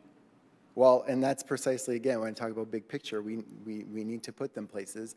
And that's where we're talking about zoning regulations, where we can allow a lot of this growth within the existing footprint, where we already have pipes, where we already have roads, where we already have fire halls, where we already have rec centers, where we already have all these things that in a lot of places are sometimes even going underutilized.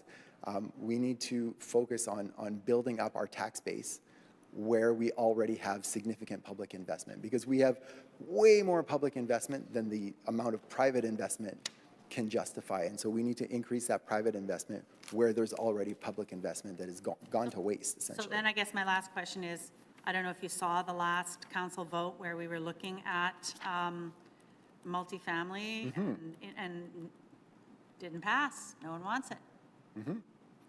You know? Yeah, I mean, here's the thing about people's opinions and people's preferences is they change when prices are attached, right? And so if we're talking about infill development, if we're talking about active transportation, transit, if we're talking about, you know, car-oriented development, if we're talking about anything we're talking about in a city, any kind of service, any kind of infrastructure, if we are not connecting that to what the cost is in the big picture, then people's opinions aren't necessarily what they will be. Everybody would live in a mansion and take a helicopter to work if they could, but they don't because there's prices attached, and so they choose something different, right? They choose a house that they can afford. You know, if you go to a restaurant, everybody wants a lobster, but if the lobster is $600, maybe they'll have the hamburger for $20, and they'll be like, yeah, that's good, and they'll be satisfied with their meal because they're making choices, informed choices based on not only the short-term costs, but what we're looking at here is the long-term cost, which is the part that most people struggle with, is that this capital budget being a long-term impact on operating budgets. So when you can connect the fact that, like, hey, we can no longer afford whatever service that you care about, we can all, you know, whatever it is, community connections at the library, or, you know, this rec program at the rec center, we can't afford that anymore. What is the cause of that? Oh, it's because of capital budget decisions or infrastructure decisions we made 40 years ago. You know, people need to understand how that works to be able to make more informed decisions, and because again, we look at the budget engagement where they say most people say it's a spending problem, and then at the same time say we need to raise taxes. That doesn't make sense, right? And that's not, again, not their fault, but it stems from a place of not understanding all of the information that they need, which I think you know, I think you can understand as council members. Like, you've got a 700-page budget. The information's all there, but it's not in a format that is easy to digest to pick out what's important and how you can make you know, important multi-billion-dollar decisions. It's you know, you can say it's transparent because it's all there, but it's not usable in any real way for especially anybody who doesn't have a financial background, right? If you don't have an accounting degree, that makes it pretty difficult for everybody, and that's almost everybody doesn't have an accounting degree. And so, yeah, again, I don't think it's a matter of trying to lay blame on anybody. This is the scenario. This is where we are. We are not alone in this. Almost every city in North America has followed this kind of same development approach for the past 80 years. It has led to this kind of problem kind of everywhere. Winnipeg is maybe a little further along in a lot of ways than other cities that I've had a chance to work with. But in some ways, we have a lot of advantages that if we can work together and roll our sleeves up, we can do this. But we need to attack it head on and recognize what we're faced with. Thank you for your presentation.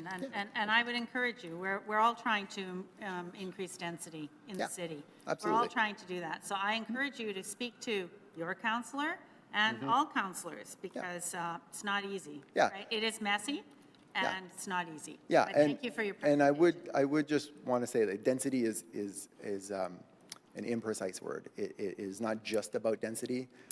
There's, again, optimization. Because density addresses kind of the revenue side of the equation, but we also have to look at the expense side of the equation. So we can have density, which still requires tons of infrastructure, right? Just put a high-rise tower in a massive parking lot, and if everybody's still using a vehicle as a primary mode of transportation because they still have to drive 6 kilometers to get a jug of milk, that it's still very infrastructure intensive. Even though you have more revenue from the density, you still have a lot of expense from the infrastructure expense. So I would say, like, I would shy away from using density as the solution. Density is maybe part of it, but yeah, thank you. Thank you. Thank you. Always thoughtful presentations. Really appreciate it. Thank you so much. Thank you very much. Okay, have a good day. Yeah. Okay, our next delegation is Christopher Clisio, followed by Joe Curnow, and then Kristen Verman. Morning, Christopher. Good to see you. Good morning, city staff and EPC. This is my first time talking to Executive Policy Committee since the shuffle.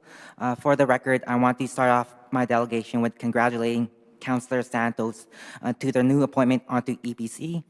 It's sad to hear about Councillor Rowland stepping down from EPC, but happy belated birthday to Jeff Brawari, and I saw Marcus Chamber here earlier. Happy belated birthday to you as well. For the YouTube, for the Zoom, the gallery, my name is Chris Clasio. As a civic practitioner and a policy entrepreneur, I strongly and highly believe that every citizen in Winnipeg should come to City Hall as a delegation to speak on one of the most important documents that the city has, the city budget. In the Reader's Guide, it describes the budget document as having several purposes. 1, as a policy document. 2, as a financial plan. 3, an operating guide. And 4, as a communication device. For my delegation today, I'd like to express and highlight a few suggestions, some disagreements, and food for thought as I read the section of the letter from the Mayor and the Chairperson of Finance and Economic Development. As this budget document is used as a communication tool for the general public, there are some things in it that I find doesn't fully communicate enough to citizens of Winnipeg, which is why I'm here today to speak on the budget. First things first, I'm very satisfied to finally see the budget working group at City Hall has recognized that the city's financial realities have finally caught up to the financial political constraints of municipal governance in Canada, aka the City of Winnipeg and the Province of Manitoba. As a reminder to the broader public, there are only 4 ways for municipalities to gain revenue. They are property taxes, user fees, other government transfers, and debt financing.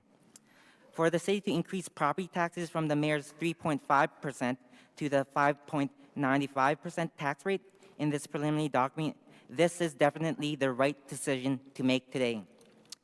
To His Worship, I firmly and strongly stand in solidarity with you and 100% disagree with your critics that the mayor is breaking a campaign promise.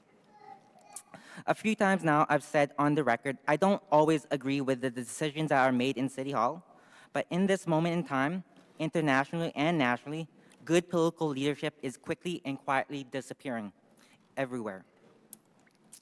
What citizens of Winnipeg really need right now is leadership at the local level that is willing to make the tough choices that puts into consideration the long-term mission of our city government and for the next generation. Let me pose a question from a book, What If Mayors Ruled the World? Dysfunctional Nations, Rising Cities, from Benjamin Barber. From my perspective, His Worship has completely maintained his campaign promise. This is a systematic and economic reality of the society that my generation has grew up in, related to the current broken economic model that national governments regulate, control, and legislate. All the city can do is mitigate the risk through using the only 2 real economic powers or levers that the city has at the doorsteps is through better city planning, land use policies, and property taxes. Again, a former mayor once said, there is doing the right thing and then there is doing the things in the right way. Secondly, it is true that our fiscal model, compared to many other cities, is outdated and doesn't grow with the economy, population, or inflation. Unlike Regina or Saskatoon, Winnipeg doesn't have growth revenue sharing agreements, and that the long-term financial stability requires systematic changes to how the city is funded. These 3 statements matter. What I'm going to challenge within the mayor's and finance chair's letter is why were cities like Edmonton and Calgary not listed alongside cities like Halifax, Quebec City, Toronto, and Metro Vancouver. Let me offer a very interesting insight with the audience in the gallery, in the Zoom, and on YouTube. About those 4 cities in the respective provinces of Nova Scotia, Quebec, Ontario, and British Columbia. All 4 provinces have recognized this is this interesting service delivery model for local governments called a regional municipality or a region. As a civic practitioner and a policy entrepreneur, I call this practice a type of regionalization of services. In the province of Alberta, where Calgary and Edmonton are located, they do not have an official municipal status type of regional municipality. However, this has not prevented a municipality from branding itself as one, Wood Buffalo, which is considered a specialized municipality under the authority of Section 83 of the Municipal Government Act, MGA, in Alberta. Here in Winnipeg, Manitoba, Canada, Winnipeg Metro Region is not a region. It's more used as a political football, a hot potato, and a marketing tool. The key example is Plan 2050. Where are we now with Plan 2050? It's great to see in the budget document statements that our fiscal model compared to many other cities is outdated. And long-term financial stability requires systematic changes to how Winnipeg is funded.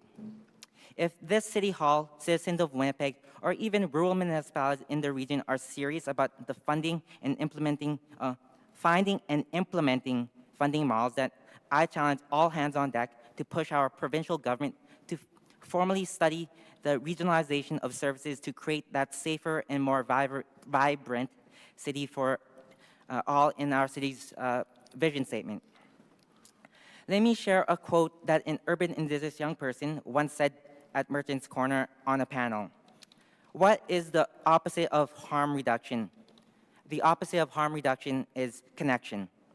And this leads to my final comments, which is related to the community connection space within the city's 2025 budget. Keep it open and funded. Reallocate city resources. Support the library. And maintain the community host program. I see folks from Millennium for All and Budget for All here, and I've learned so much about the importance of libraries. And so shout out to them. You all know I'll keep raising my belief that City of Winnipeg needs an Office of Civic Engagement that is willing to fundamentally change the culture within City Hall, this City Hall. But if not, the community connections space is probably the closest thing that we have to fundamentally changing our city for City of Winnipeg. Let us all continue to do the hard work and not give up. Thank you. Thank you very much, Christopher. Really appreciate your presentation today. Any questions at all? Okay. Thanks again. Good to see you. Enjoy the rest of your day. Thank you. Happy birthday. Okay, our next delegation is Joe Curnow, followed by Kristen Verman, and then Celia Rod. Good morning. Welcome. Thanks for your patience. Good to see you today. Well, some of us are not that patient, you may have noticed. Well, every time you're here, the little one gets a little bit bigger. Yeah. Beautiful. Yeah. So my name is Joe Curnow. This is Gemma. As you know or likely could guess, I am here to speak around the budget for libraries, and in particular, to encourage you to amend the current budget proposal to include a dedicated line to continue funding for the community connection space at Millennium Library. So last time we were here, when Gemma was smaller and easier to manage, I begrudgingly acknowledged that the budget was an actual sea change toward investment in libraries for the first time since 1989 or 1987. And yet what we are here now this year for is to encourage you to not cut staffing, which is essentially what the cut to community connections does. Gemma's like, no, don't do it, bye-bye. So community connections line is dedicated toward the library staff who provide library services in the community connection space. And so cutting it does two things. One, it increases the volume of work for the remaining staff because it is a cut. And what we know from the research that I've talked to you about 1 zillion times is that staffing is the #1 thing in libraries across huge bodies of research that actually changes the culture of safety and makes people safer in the libraries. So this cut inevitably makes Winnipeg libraries less safe. I think it also, and then like the other piece that's really important in terms of safety is that there's this discourse that you and I have discussed a bunch of different times about what is the role of a library and who are the traditional users, who deserves to be in the library. And regardless of how you feel about that question, which we clearly have disagreed on for years, we can acknowledge that those folks who you do not see as traditional users will still be in the space and will still use the space. And that just means that there's more work that is being displaced inside the library rather than at a dedicated space in the community connection space where staff have the ability and the resources and the physical space to do more intensive triaging of library service needs in that space. And so it increases the workload, it makes people less safe, and it creates more tension and more stress in the main library when there are high needs users who are having a challenge in the space. So instead of being able to access community connections and use the resources that are available, those will now be at the reference desk as they were before, and as they will always be if we do not provide low barrier access to library services in a space that has the resources and tools and the support of library admin to continue them. So the other thing I think is really important to acknowledge is that when we are cutting the staffing, which is what this is, it's a cut to staffing, it means that we will get a lower provincial match. So the provincial dollars are tied to how many FTEs are being acknowledged. So this is essentially walking away from a $100,000 match of provincial funds for libraries through the new model that has been implemented in the last year. And so I want to really encourage you to rethink this, to prioritize the staffing, because it is a service that provides library services. It is a service that has been shown through the quarterly reporting by library admin to be extremely effective at accomplishing the goals that they lay out. And we know that it is an extremely important and well-utilized service, and I think there are other people today who will speak to how significant it is for supporting folks who are using Millennium Library, who are newcomers, folks who are experiencing homelessness, other things like that. Like, this is a really important service that helps make downtown safer, it helps make Millennium safer, and it acknowledges that people deserve to have library services that support a culture of safety and that are welcoming and inclusive and oriented to safety, not through exclusion, but through welcome and through evidence-based practices.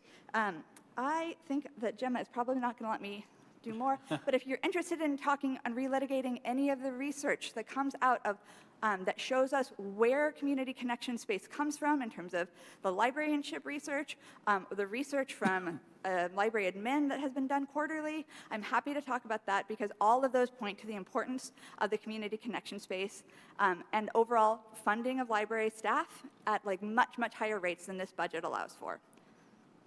Great. Thank you so much for your presentation. Any questions? All, Councilor Santos. Clarity, you made a point where the City of Winnipeg will lose its matching funding or their funding from the province of Manitoba. So can you explain that to me, because I don't quite understand that statement. Yeah. So part of the money for public libraries in Manitoba comes from the Public Libraries Act. In the last year, there was a change to the formula where, for the first time in I think since the early 90s, Winnipeg got an increase, a pretty significant increase that allowed for all the changes that we're thinking about for library funding in the next, throughout this four-year budget. I'm afraid to put her down because I think she'll just rant.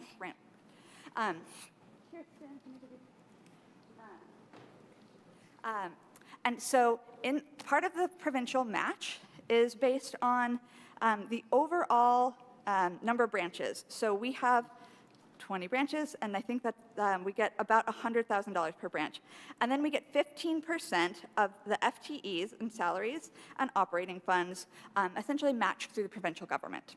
So that means if we walk back this $628,000 investment in library staffing, that we lose 15% of that, which has been matched over the last several years. So we lose the staff, which is going to be a really significant burden for workers in the library space, but we also lose that significant amount of money that was covering part of their salaries. Does that Yeah, that, Track? Okay. okay, so I understand what you're stating, but the $650,000 is above and beyond what was the provincial match, is what my understanding is. So library admin told, I'm part of the community working group. What we heard most recently was that we are not yet at the cap.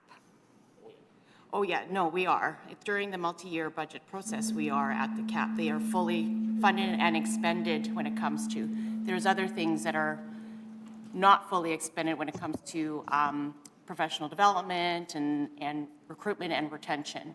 So at the last committee, we asked that question of the library's manager of library, and that's what they've confirmed. I think perhaps we should check that with professional staff again. Sure, totally fine. But I just, okay, I was a little perplexed on why you made that statement, but I appreciate you coming out and presenting with your family. Thank you. Yeah. Okay. We hear. Sorry? Yeah. Thank you very much. Appreciate your time today. Thank Yes. you. Okay. Thank you. Okay, our next presenter is Kirsten Werman, and then following Kirsten, we'll hear from Celia Rod, and then Kate Kaler.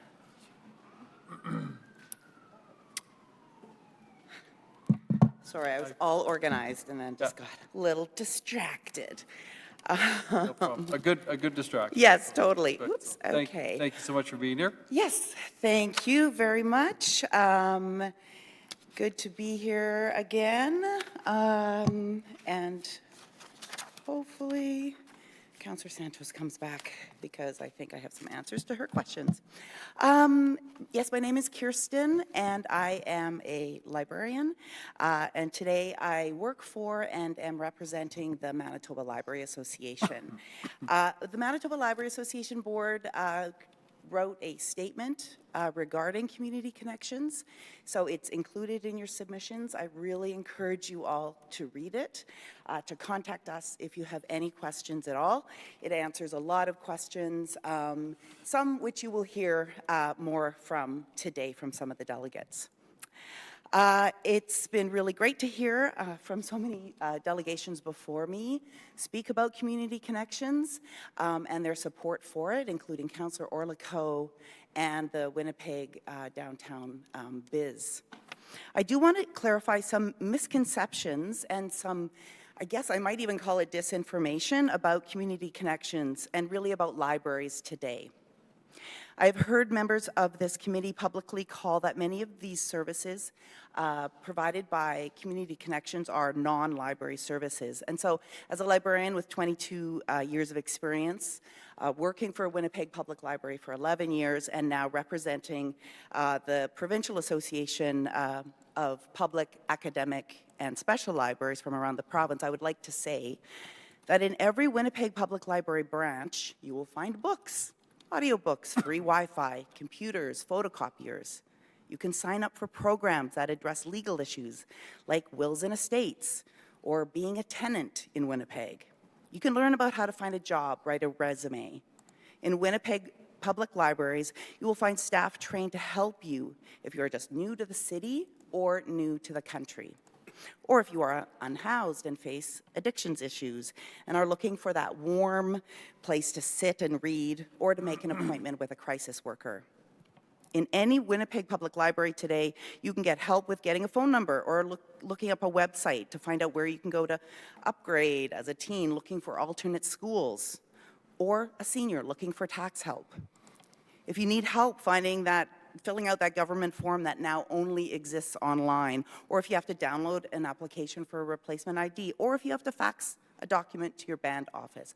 All of these services, all of these diverse library services that many of you might even call a social service, you can get that help at any public library, at St. John's Library, at Pembina Trail, at Charleswood, and yes, at Community Connections.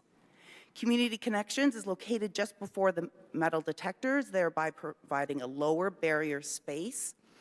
And we talk about this low barrier space because it's really, really important to access library services for folks who don't feel comfortable going through that barrier. It's not outside the library, rather it's part of the library, and it's a very significant part.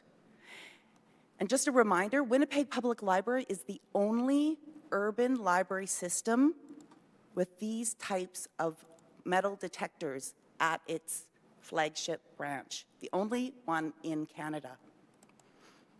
That's not something to be proud of, especially because the library and community working group have come up with solutions to address the safety issues and the barriers that, that the metal detector is addressing, and that is, of course, community connections.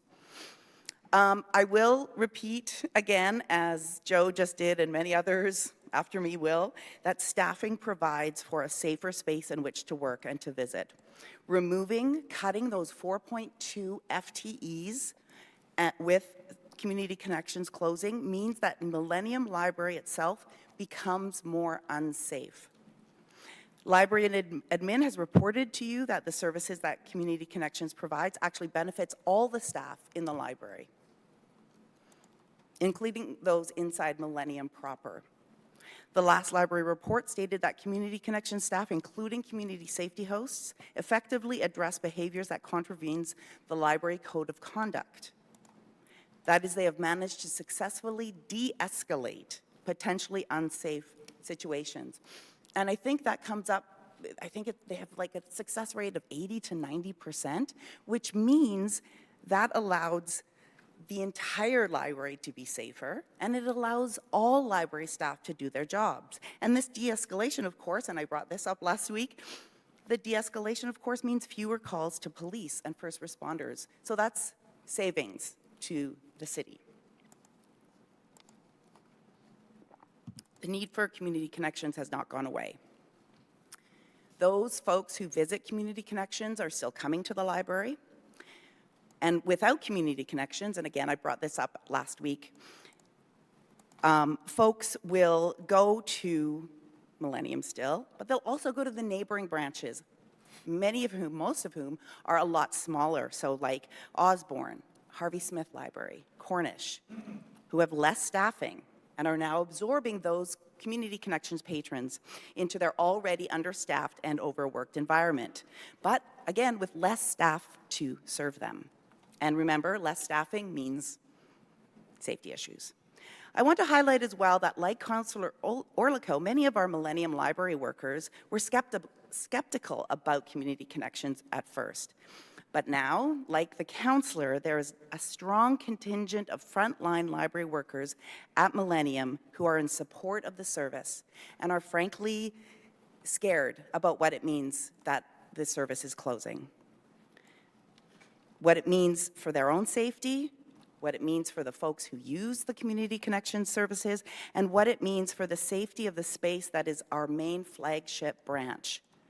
Instead of not funding this space, of cutting staff and removing the resources, the City of Winnipeg, and I raised this again last week, should be proud of Community Connections and how it has become, like the community safety hosts, a successful model on how to create a space, a library that is accessible and safe for all. As a provincial institution, we see libraries around the province, and I know around this city, workplaces have these issues as well. And so instead of shutting Community Connections down, why not showcase WPL and Community Connections as a model, which many library systems from across Manitoba and across Canada can learn from and turn to? By the way, while we believe Community Connections should be municipally funded, we have been engaged with the province around this. We've been meeting ministers, and we've been taking provincial staff for tours of Community Connections. We've certainly offered to take committee members here on tours of Community Connections, and we haven't had any success with that. So we're trying to find solutions. I know that the former CAO did visit with the province one time last year, but I'm not sure what else, and I'm really curious to know what other provincial meetings have been happening around this. As Joe mentioned in her delegation, provincial funding to Winnipeg Public Library will decrease because of the cut of 4.2 FTEs. The provincial funding allocates, and we talked about this at the community services meeting, the provincial funding allocates money for professional development for librarians, for the professionally trained librarians. So that's at least one of the cuts that will happen. So please, Do the right thing. Libraries reflect the communities in which they serve. And like one of our previous delegations said, we need to be thinking long-term.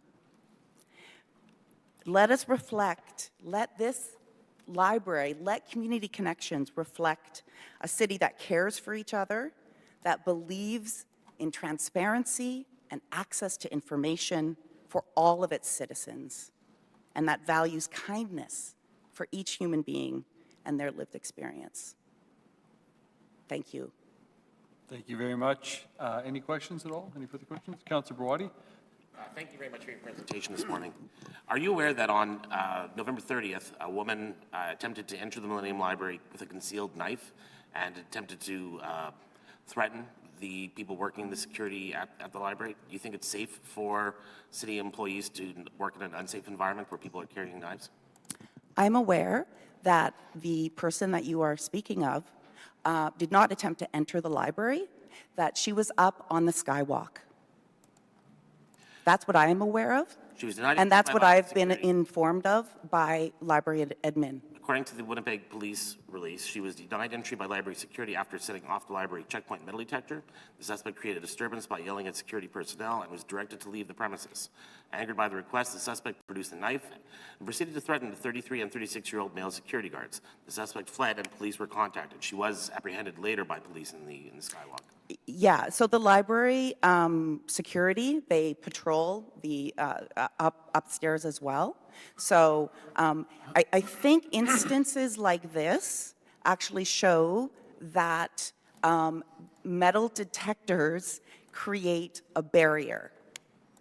Absolutely. They That's wonderful. absolutely That's create good. a barrier for people that require services from the library. Okay. How do you know that that person was going in there to hurt anyone? I'm actually not wanting to talk about this particular issue because I think you are picking specific issues out of. Can we talk about the hundreds, I just feel thousands? safe Sorry, environment for pardon me. employees. Pardon me. Can we talk about the hundreds and thousands of people who have been served by Community Connections?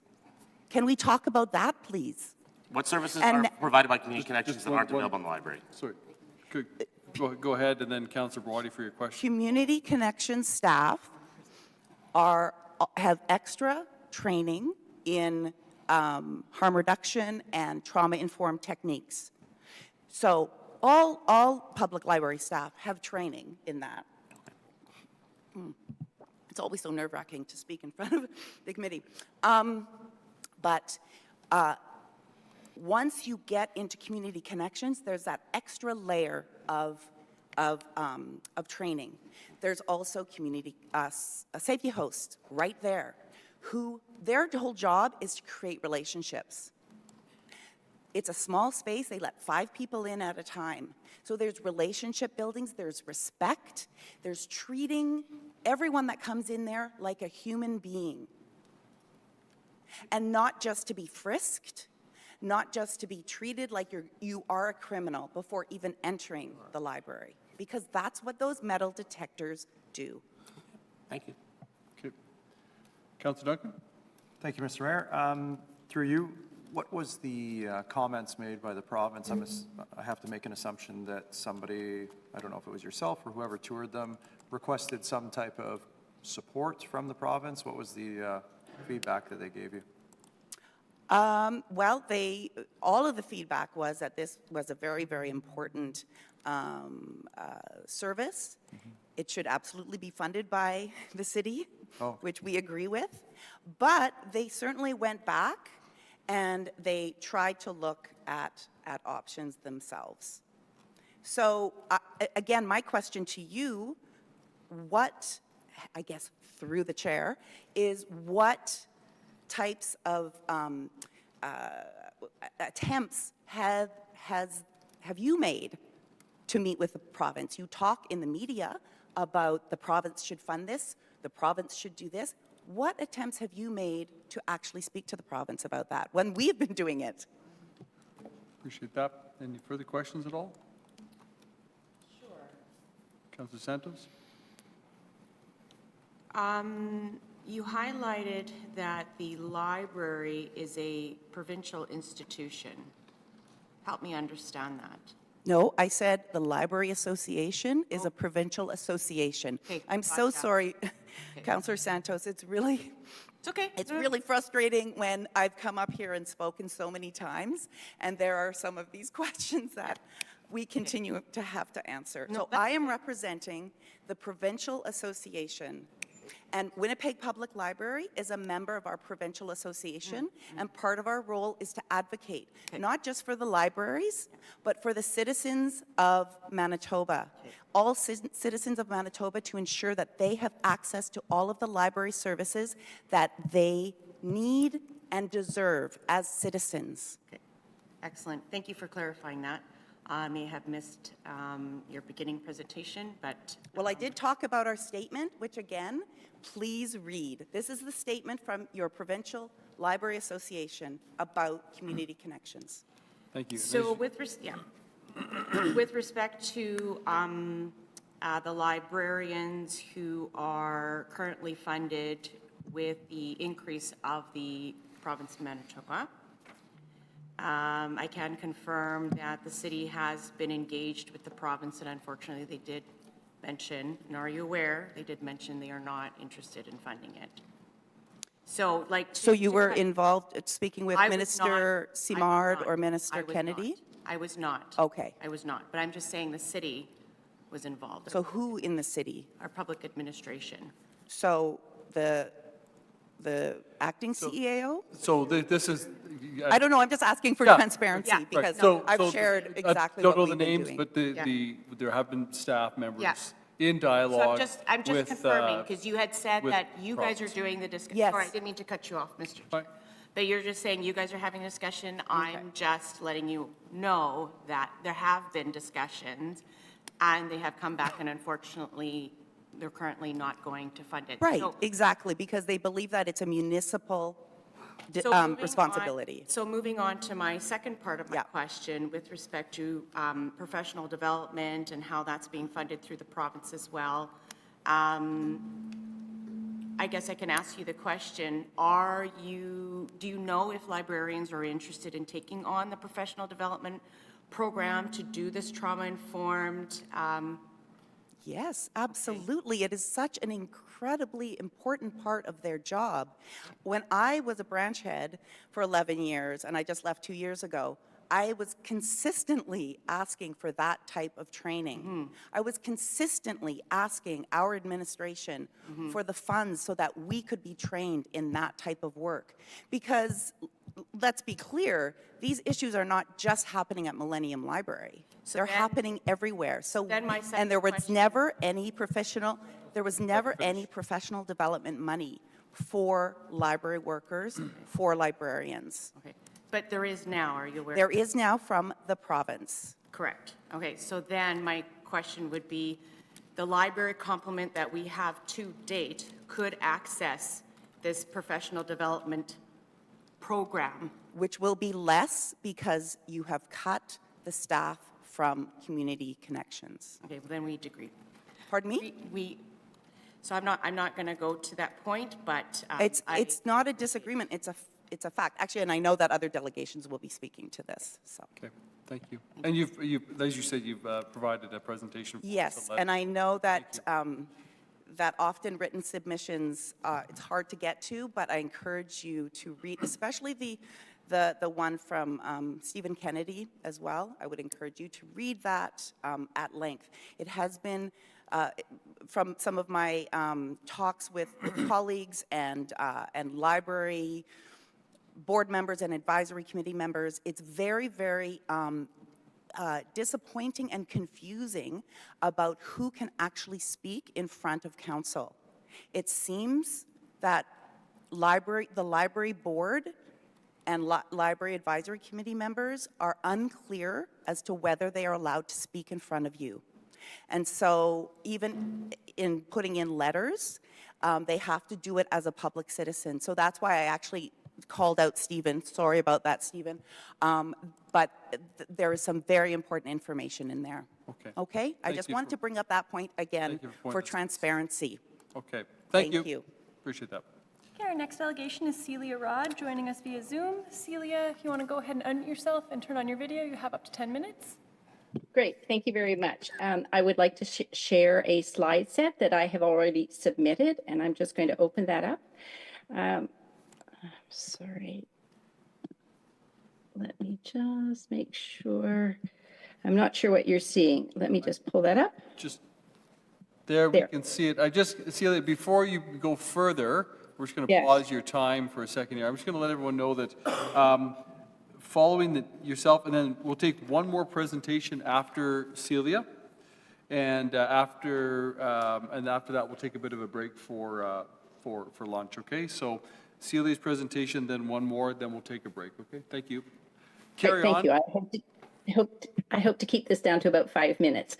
So I am a retired pediatric subspecialist and epidemiologist, meaning I love numbers, and a retired professor at the University of Manitoba. I've been deeply involved in early childhood literacy, and I'm also the chair of the City Centre LAC, or Library Advisory Committee.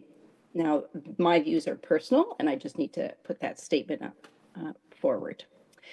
First of all, I want to acknowledge the significant increased funding from the city as well as from the province to the Winnipeg Public Library. This has meant more opening hours, more programming and staffing. That is amazing. And we're so deserving of these increased services.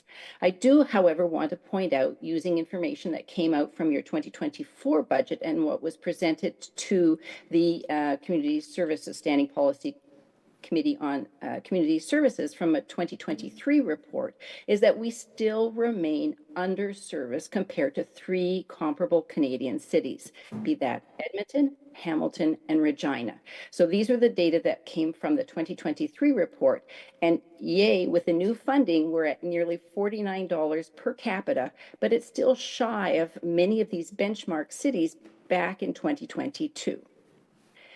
And I'm deeply concerned, as you've heard with other speakers too, about the closure of the Community Connections space, door, and the servicing that was provided. And this has meant not only a cut of 4.2 FTEs, but there were also 2 community safety hosts that were also cut at our flagship library, the Millennium Library. And as other speakers have said, we believe that this now ties the hands of the clients and also particularly of the librarians, tying their hands to provide the kind of information that we know has been very well provided at Community Connections.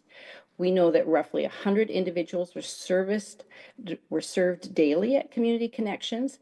And as people have described, this is a small space outside of the metal detectors that really was a one-on-one library service provision to the clients. So that it was roughly, as Kirsten said, there were 5 individuals allowed with 4 staff in there. And it's not a social services hub. This is why the province said that this required municipal funding for it to continue, as why you funded it in 2024. So thank you for funding it then. And it also serviced 45% of all customer inquiries at the Millennium Library. So this is also a report from the November 2024 Standing Policy Committee on Community Services. So you can see the number, the 54,000 service desk statistics. 45% of them were Community Connections. So it's busy. You funded something that was amazing and successful. And again, what comes down to, well, is it social services or what kind of services? Well, this was the report that came out, again, Table 8 in the November 28th Standing Policy Committee on Community Services. Hell's bells, this is really uninterpretable. So what I did was I took all of the numbers as an epidemiologist, as somebody who loves numbers, and I said, let's make a more concise table. Let's look at the kind of services that are actually done there. 61% of the services there are core library services. As Kirsten said, libraries provide access to computers. In this case, in community Connections, there's probably additional support for someone who may not have access to a computer, who may not understand some of the forms that need to be filled out online, that there's fax, email, and other library services that I think we can all agree on, obtaining a library card and fixing any problems with the account. The 39% of the other services that were provided are also core library or other library services, information on housing, information on for newcomers, identification, income and food security. This is all what modern day libraries actually provide. So this is really core library services were provided in this amazing space, and it was well used. And as Kirsten also pointed out, librarians are trained to provide a wide range of information. I think that at the last meeting last week for community services, there was a question as why couldn't the space just be leased out to nonprofit groups? It's not going to function the same way as it did with the library staff in Community Connections space. Community Connections staff provided core library services with some additional support with having the 2 community safety hosts there. So just a little extra support and a little more time. And in the 2024 budget, $614,000, 4.2 FTEs have now been cut, as well as 2 community safety hosts. And really, I don't mean to be paranoid, but is this something, I'm afraid that maybe this is leading to death by 1,000 cuts to the Millennium Library. Since September, the Millennium Library is now closed on Sundays, and now Monday evenings closing at 5 instead of at 8. And now with Community Connections being closed, I really wonder about the service that we have in our flagship library that we should be so proud of. I think other people have mentioned already that we know that because we've lost that 4.2 FTE, that the provincial funding will actually be reduced as well too. Not just we're not just talking about at Millennium, but across the Winnipeg Public Library system. I also wanted to bring up a point that was brought up last week. It's really nice to see on page 246 of the budget, which I went through very thoroughly, you can see that we've actually increased the number of FTE staff at and across the Winnipeg Public Library from 274 to 284. Fabulous. However, with the information that was provided in below or down on that page, it talks about that there's an increase in this 10 FTE, but you'll see that there's a shuffle. So what we've done is that we've lost 4.2 FTEs at Community Connection, Millennium Library, and we've added them over to now the Northwest Library. So it's been sort of a change. And I don't want to pit one library branch against each other. And I think the thing is that for consistency, we should try and even it out and put back those 4.2 FTEs and those 2 community safety hosts as well too. Everyone talks about costs, and I understand that's certainly important in this budget discussion, and I applaud you for taking the time to listen to all of the delegates today. But did you know that serving one client at Community Connections of about $17 a client is equivalent to the operating costs that the city pays for one swimmer and indoor pool, which is about $19. So some people need recreational opportunities and other needs access to information through different municipal portals. I'm a strong believer in primary prevention, both as a pediatrician and as an epidemiologist. Prevention is typically less expensive than reacting to a problem. Why have emergency services come in if we can try and have community services space de-escalate? Millennium Library already spends $1 million on security or thereabout. And I think that there's widespread consensus that Community Connection meets the needs of the Winnipeggers, and I'm delighted to hear that Councillor Orlikow changed his mind, and I know the staff of the Millennium Library have changed their mind. So please don't cut the Millennium Library staffing. Please reinstitute funding for Community Connections, and I thank you for your attention. Thank you so much. We appreciate your presentation today. Any questions at all? Okay, appreciate the slide deck as well, so thank you. Have a good day. Thank you. Okay, our next delegation is Tom Kaler. Can I ask a favor? I have a noon Zoom, and John actually has a 1 o'clock meeting. Could we switch? And because he's going to be faster than I am, and I can come back at 1 with a presentation. Is that possible? Sure. You know what we'll take the time. We'll do both of you. So just one after the other. How's that sound? Okay. Well, I'm going to be late for my noon one. That's You'll my be only late for problem. Okay. Sure.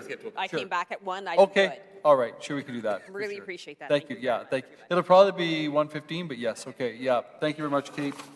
Okay. Welcome, John. Thank you. Thanks. I'm John. I'm a member of Millennium for All. I'm here for my biannual appearance to ask you to recognize that the city budget is a moral document. and I encourage you to act accordingly. And I'll be brief. The budget is the most important part of your jobs. Whatever you say in the press, to your constituents, to your communities, your faith communities, your families and friends, whatever hopes or concerns you have for Winnipeg will only matter if they are reflected in the city budget you are preparing to vote on. So I spent the last week weaving this scarf I'm wearing. It's based on a graph from the budget update on your website called Distribution of a Property Tax Dollar by Service. So this black stripe is the police, 27 cents, fire, 15 cents, public transit, which I took this morning, they got me here very safely, 12 cents, road maintenance, 12 cents, snow removal and ice clearing, it's blue there, 4 cents. Parks, 4 cents. Libraries, 3 cents. Something labeled Innovation, Transform, and Tech is 3 cents. City Beautification, 3 cents. Community Supports, 2 cents. And this is all other services, this pink stripe here. So these are the priorities that you set for where taxpayer money goes and where, just generally where the money goes. It shows how you constantly prioritize police over things that truly create safety and provide real support, like the community connections space you are defunding at the Millennium Library, which is part of the Winnipeg library system you systemically starve year after year, while the portions going to things like police and roads eat more and more. I couldn't actually find a thread that would be visible and small enough to represent community connections. So this tiny thread here is kind of what I came up with. It's very small. It's blue.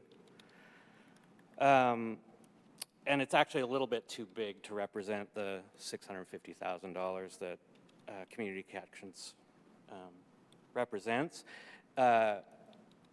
So it was small, but it was incredibly useful. It helped and welcomed people. It employed workers who studied for years so they could work in a library, along with people with lived experience who were glad to work there because they know what a Winnipeg without supports feels like. So again, this budget is where you demonstrate your commitments. You can commit today to refund the community connection space, and I encourage you to do so. Thank you. Thank you very much for your presentation. Appreciate that. Any questions at all? Okay. Thank you. Thank you very much for being here today. Okay. Okay, colleagues, then what we'll do is we'll break at this time, if everyone's okay with that, and we'll, excuse me, reconvene at 1:15. Thank you.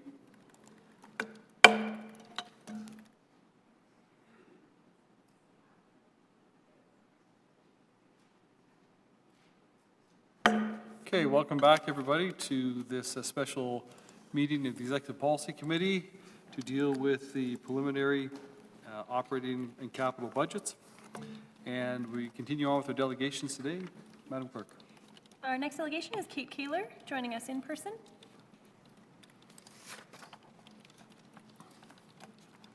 Hello, welcome. Again, for the accommodation from this morning, I really do appreciate it. I'll get the presentation up there. Thank you so much.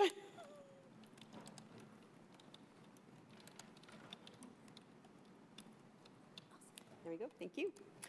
All right. So yes, as you know, I'm Kate Kaler with the Social Planning Council of Winnipeg, and I am appearing here today in opposition of the 2025 preliminary budget as it currently stands. However, of course, there are good measures within it that need to be acknowledged. A few are, and of course, I want to start by thanking you again for listening to the evidence of the good city work done through the Community Grants Program and reinstating that funding for at least 2025. That coalition is looking forward to engaging further on what changes could be made to make the program even stronger.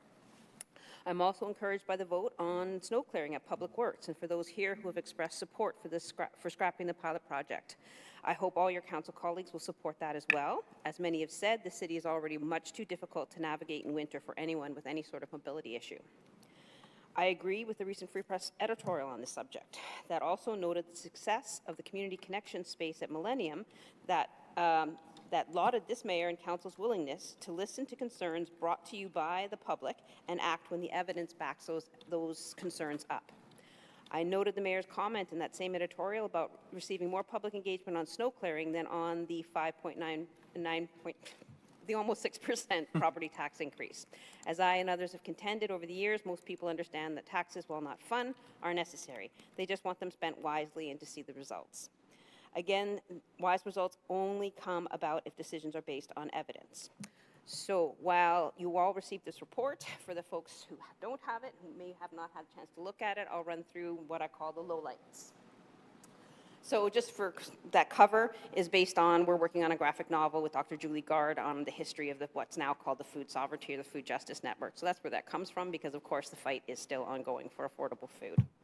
So this will show you, this slide demonstrates the poverty rate in Manitoba and Canada over time. And as you can see, Manitoba is always higher than the Canadian average. But what's important to note is those two major dips, which I'll talk about later, but they did come about because of the introduction of the federal Canada Child Tax Benefit, the provincial Rent Assist program, and then again between 19 and 20 there was a dip because of the CERB. This is the picture here of Manitoba and in Winnipeg. The reason why I do mention Manitoba in this setting is because, of course, people still cycle in and out of Winnipeg, trying to find a place to live, trying to find work, so it does matter. When poverty affects Churchill, it affects Winnipeg. But of course, here in Winnipeg, we range anywhere from 14% of our children living in poverty all the way up to 41% in Winnipeg Centre. This is what it looks like across the country. For children under 18, we are still the highest province, and we're even worse when we're talking about children under the age of 6, which is key because we're talking about the developmental factors. That's critical for brain development. These are just quick numbers on work. We wanted to make note of the fact that even children who have market income are still, 41% are still below the poverty line. And then we just do very quickly, unfortunately, the racial statistics, which are terrible. Does indigeneity make a difference? Yes, of course it is. It does. They are the highest and most overrepresented. Other race or visible minority status make a difference? Yes, it does. And then by immigration status, does it make a difference? Yes, it does. With recent immigrants spending time in poverty, they do better over time, but they do end up in poverty when they first arrive in Canada, Manitoba and Winnipeg. These are the income levels we're talking about when we're talking, which is important to note. We're asking one parent and one child, we're saying that, almost $36,000 is enough to get by on. That's the poverty that we're talking about. It's not enough to get by on. And the different family makeups.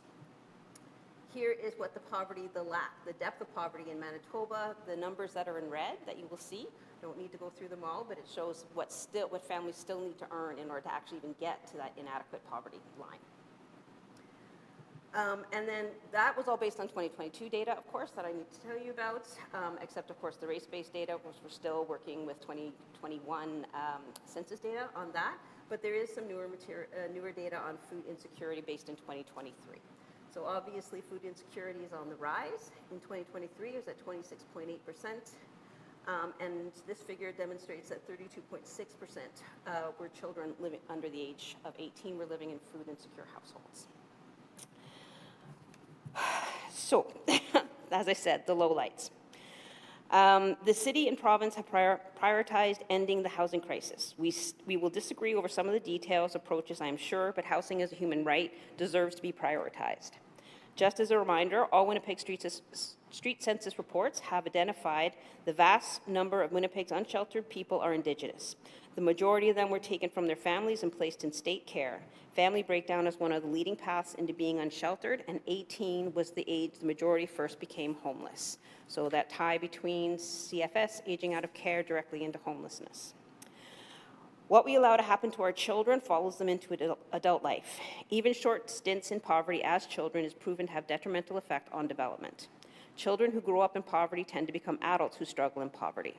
Not all, some do escape it. However, most that do will say they worked hard, of course, but they will also recognize a resource or a program that helped. As my earlier slide demonstrated, government interventions like the CCB, Rent Assist, and CERB did help. Can the city afford these large programs? No. But there are a few things you can do in this budget. Oshki and Anishinaabe and Niganamik, the city's Indigenous youth strategy adopted by Council in 2008 with the goal of providing culturally appropriate programs and supports related to employment, literacy, and recreation. The subsequent poverty reduction strategy aligned itself with the Life Pole, Indigenous children, youth, and families. While I'm happy to see that the Indigenous Relations Department has not received a direct cut and the $1 million set aside for youth programs in the 2025 budget, but in 2018, the strategy had 2.5 million allocated to it. And unfortunately, in 2025 budget, it's only 900,000 allocated to that. I understand that about 100,000 of that is a bit of an accounting thing because in 2018, a full staff member was associated with that $1 million+ number, but you could still reinstate the 250,000 to that strategy to try to get it back up. As host to Immigration Partnership Winnipeg, I'm also hoping to see equivalent investment in newcomer youth employment strategy that is part of the yet unfunded city newcomer welcome and inclusion policy. If we want our youth to succeed, if we don't want them in gangs or dying, and a previous Campaign 2000 reports demonstrated that teenagers in the lowest income quintile were more than 4 times more likely to die by suicide than the other 4 quintiles combined. Please note the language I use there, we. This is not a blame statement. This is just it means that this is our collective responsibility. And we actually do have, we know we can make a difference. Giving our youth options, hope, and a path forward is the evidence-based approach. What can contribute to not just the success of the above employment strategies, but also work to help any and all the unsheltered, precariously sheltered, or anyone with a problem or need that the security gate and inadequate staffing inside Millennium was a barrier to is, of course, community connections. Others here have and will give you stats and more. Others here have and will work to prove that Community Connections provides our library services. However, I'm going to ask if that, what I'm going to ask is that even if we cannot convince you of that, what about the community safety officers? According to the budget and what transpired at EPC yesterday, we are getting 15 more. The acting CAO mentioned that in their first year, they have helped thousands. There is no publicly available data. A consultation was done by MNP, and I know community leaders expressed concerns over their being armed. Some officers clearly more interested in enforcement than helping, and even mission creep, duplication of services already being provided by other community outreach services. That report has not been made public to my knowledge. I did take note of the public relations campaign with traditional media, not seemingly interested in any sort of critical lens to a new program. There were stories of providing medical help and connecting people in need with resources. Community Connections connects people with resources. So how come, if these are social services and can be delivered on city buses, transit stop, city streets, by community safety officers, why not at Community Connections? And in case it needs to be said, no, community safety officers should not take over the Community Connection space because they are not librarians. Fully trained crisis workers or community safety hosts who, as been said, prioritize relationship building with the people who access that space. They do that first and foremost because they are not armed and they do not have the authority to arrest anyone, so there is no power imbalance, which is often an escalating factor. So I'm asking you to reinstate the up to $628,000 necessary for Community Connections to fully operate in 2025. It is an essential and proven effective library resource. I'm asking you to continue the good work done by the increased investment in libraries overall by ensuring that Millennium has the right number and appropriately trained staff to meet the needs of all of their library users. Our Campaign 2000 report does note that the province has stepped up in some areas. We are set to discuss our findings and recommendations with them in the lead up to the launch of their poverty reduction strategy. However, the city has a role to play. I quickly wanted to mention, because obviously we were part of the Make Poverty History messaging around the comparison with the $900,000 a year going towards the police helicopter. We can agree or disagree. I don't even know if drones are better than a helicopter. I don't. But it is disingenuous for the police to say that they're not asking for new money. They are getting new money in this year's budget, and they'll continue to get new money. And they also access other levels of government for funding. So they do get more than their fair share of public dollars to do what I agree is important work. We just need a better reallocation of funding. Thank you. Thank you very much. Kate, any questions at all? Councillor Duncan? Yeah, thank you very much through you, Mr. Mayor. Appreciate the presentation. Just a point of clarification regarding the staffing at the community connection space. You mentioned it was librarians. Is it exclusively librarians? I know in the budget it mentions social workers. Yes, well, it's crisis workers. So, I mean, language can change. It depends, I think, on who writes the reports, but it's always been a combination of fully trained librarians, crisis workers, and community safety hosts. So the equivalent of 4 FTEs. Thank you. Thank you. Thank you again for your patience and your presentation. Thank you, and good luck with the rest of your day. Thank Take you. care. Okay, next up is Lisa Forbes, and following Lisa will be Aidan Eds. Good afternoon. Welcome. Hello, thank you. All right, so I'll just get started. I've been listening this morning to people coming in, so I thought I'd just mention to this topic. I'm sure there was more when I was at a presentation, so I didn't hear it all. But from what I heard when I was listening at home, Kate Fensky of the Downtown Winnipeg Biz supports community connections. Pardon me, I'm speaking in opposition to the budget regarding the community connections not being included. And so, in addition to her, we also, I know that Councillor Cindy Gilroy supports community connections, and we heard from this morning that Councillor John Orlico supports it. I know that the Libraries Services Division of Community Services requested budget to run community connections. And also, I'm wondering if there's a bit of an administrative, just sort of line of order or some kind of a mix-up, miscommunication that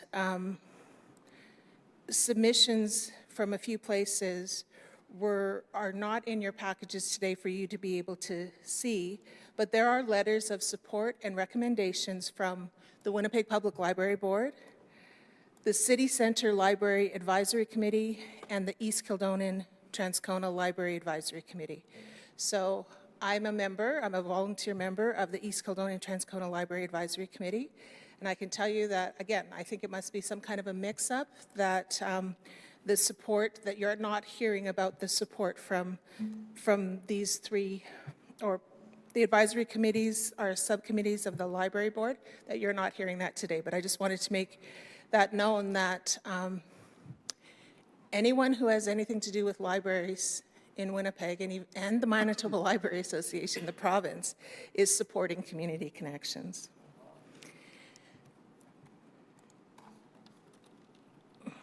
So I did want to address, I don't know if it's come up this morning in talking about it, but I was at the pardon me, I don't remember exactly what it's called, Special Planning Committee of Community Services, maybe, it was last week.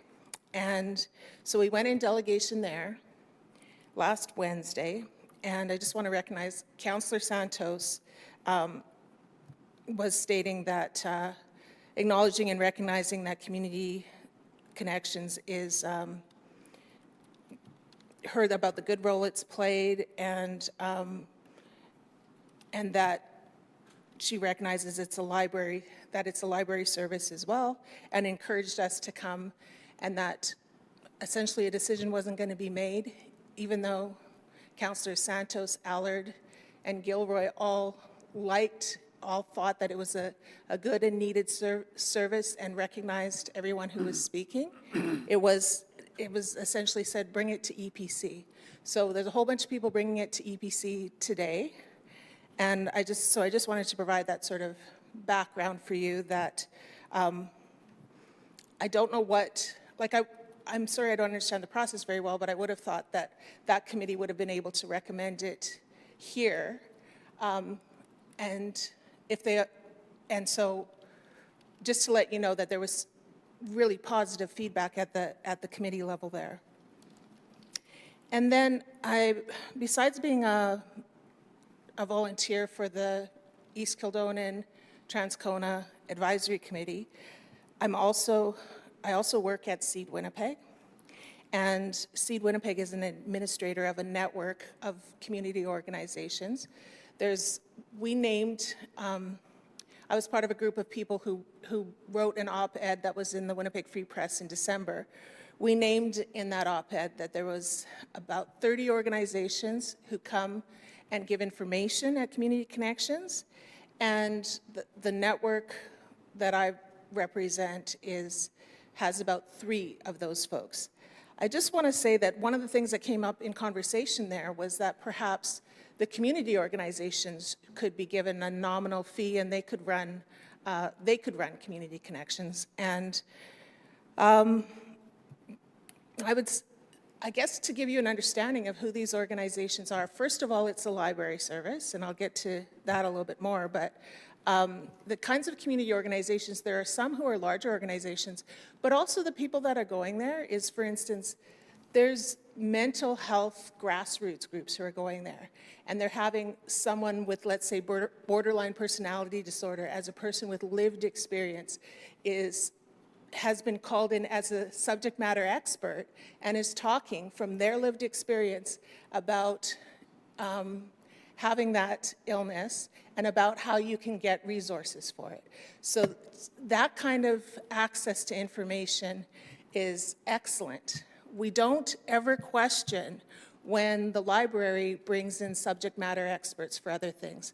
This is a program and a resource area that is done at Millennium Library. So for instance, we don't question if a knitter or another craft person comes in and teaches Winnipeggers about knitting. If we bring somebody who comes in and tells you how to fill out, to create a will, we're not expecting that. We don't say to them, give us an expression of interest and we'll let you maybe use some space to put up your lawyer office here. Do you know what I mean? So just to give you an idea of the way that, I don't think there's a full understanding of exactly what happens at Community Connections. So no, the community organizations aren't going to get involved with an expression of interest and pay a nominal fee to offer their services there. Across the board, people are agreeing that this is a library service. It's being delivered in a way and a place that makes sense for a subset of library patrons, people who aren't going to go and use another city service like the swimming pool or go and learn how to do macrame at the library. These are people who, as you heard Kate say, people coming from out of town because they live in a First Nation community or because they're new to the city and they're coming to learn where they can look for a job at. And they're having people to help them do that. They're having people, like I said, from grassroots organizations who have set up a table in Community Connections and are telling them about services they can use. So, yeah, I just wanted to sort of reframe that information. And so I'd like to also speak on, just to say on behalf of the people who aren't here today, because they're making their way through their health concerns or figuring out how to get to places without paying for the bus because they can't afford it, or they feel like they don't have access to a chamber like this. That's why you're hearing from people who can take time out of their business day to come and talk to us, but sort of make no mistake, we're talking about people who need this kind of information service, but they're not who you would expect to be able to come and speak here today. I'd just like to also just give one last, I don't know that I've heard any other delegates speak to this today, but we've certainly heard people speak about their ideas about where the money could come from. And so I totally and completely respect that you have an incredible challenge to figure out where the money's coming from. And I'd just like to offer that amongst every other person here with an idea of where it could come from, I saw in the Winnipeg Free Press a couple days ago about the Winnipeg Police Service publishing a $2 million surplus after the end of 2024. So There's my 2 cents on that.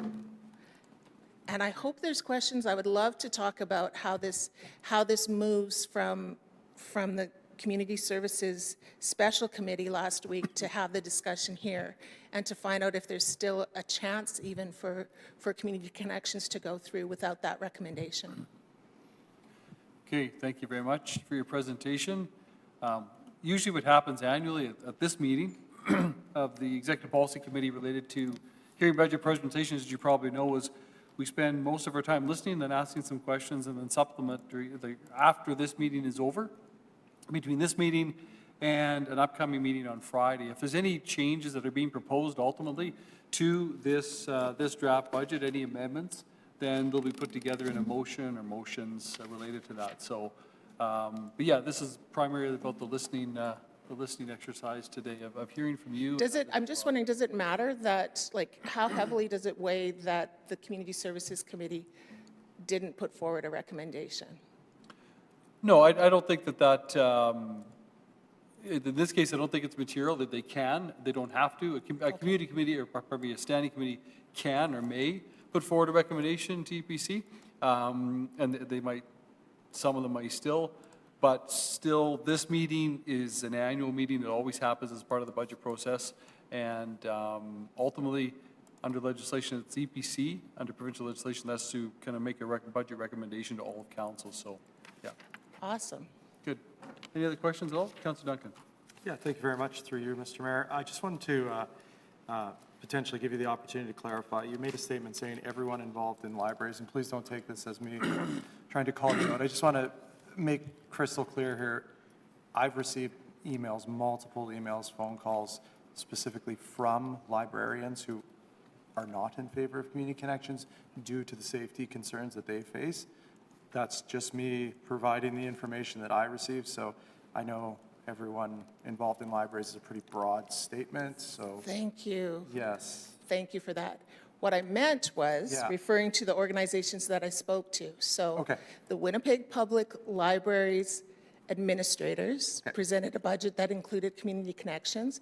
The Winnipeg Public Library Board, the Manitoba Library Association, the East Kildonan Transcona Library Advisory Committee, and the City Central, I don't know exactly the name, Library Advisory Committee. Those bodies have all recommended community connections. And yeah, I have heard from Manitoba Library Association, I think it was. They were here this morning, yeah. Yeah, talking about that, having heard from some folks who had been opposed, some librarians who had worked in Millennium Library, having seen Community Connections run now for the time that it has, that they have heard from librarians who were formerly opposed, now seeing it in action, they do believe it does contribute to their safety. If I may, Mr. Mayor, just one follow-up question. Just regarding, and I hear you, I don't think, I mean, I can only speak for myself. I don't think anybody here thinks that the service provided is not needed in Winnipeg and Manitoba. However, you touched on the fact that, and this was just an example, it's not strictly the service, the mental health professionals that are there to advise those, whatever state they may be in. I mean, then you use the comparison of we offer programs in the libraries such as X, Y, or Z. Good comparison. However, I'm thinking to myself and just looking for comment on this, like, I as a counselor would be out of my lane if I were to do a mental health seminar in my ward. I do transit, I do road safety, rec services, policing. I'm happy to do all those, but that's because that's my jurisdiction as a counselor. I think that's kind of where this all comes to is should this be led by the province under mental health, families, social services, whatever it may be, or should this be led by the city to cover off those needs?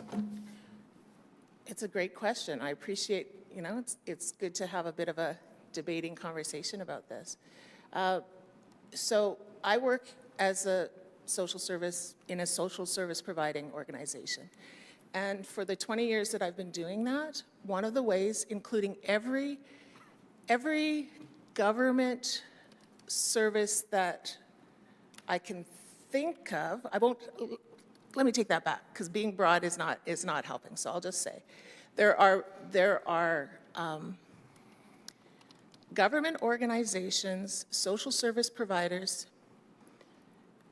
I believe in my sector, which I can speak to, we have long recognized that the way to deliver our social services is by having people with lived experience be able to speak to it. So when I was speaking about having someone speaking about their mental health concern, and being someone not from, this is a particular community organization that does not have they don't have an office, they're a grassroots group, but the people who are part of that organization are people with lived experience with that mental health issue. So there is a disconnect across the board from people like you and me who can come to a place like this and be able to speak and know that we can be heard and demand that we get service, from other people who are not making that connection. So what we do in social service provision, and what government service providers do as well, is we offer a bridge through creating some kind of a way that people can get access to service, and by giving them information in that way. And that's what the Winnipeg Public Library has done by creating the Community Connection space. They've made a program of the Millennium Library that offers information, like a library service is supposed to do, in a way that makes sense to a whole subset of Winnipeg citizens that aren't getting those services elsewhere.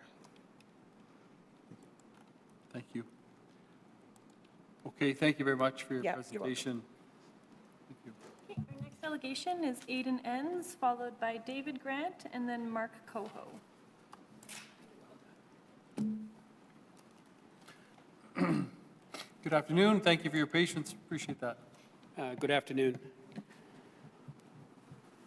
My name is Aidan Enns. I work as the Interim Executive Director at the John Howard Society of Manitoba. And I'll just say it's my first time speaking here. And thank you. And I'm super impressed with the city and the way that you structure, the way that we structure ourselves, that I have access to your ears and your consideration. This is my first time. I've been in the gallery once or twice. I heard people doing it. I signed up, and here I am expressing my views to you, a decision maker. So that's really awesome. I'm grateful for the opportunity, but also especially the process. I've been the interim executive director at the John Howard Society for 2 years. We're working on a contract. Prior to that, I worked for 6 years at the John Howard Society as the communications officer.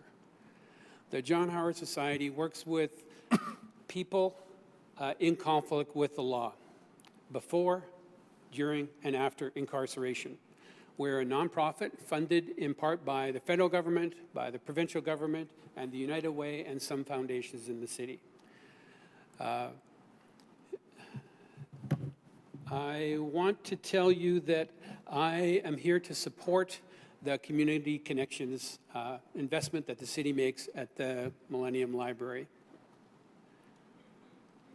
It's my opinion, my observation, that the city will be better and safer if you reinstate the fund for community connections at Millennium Public Library.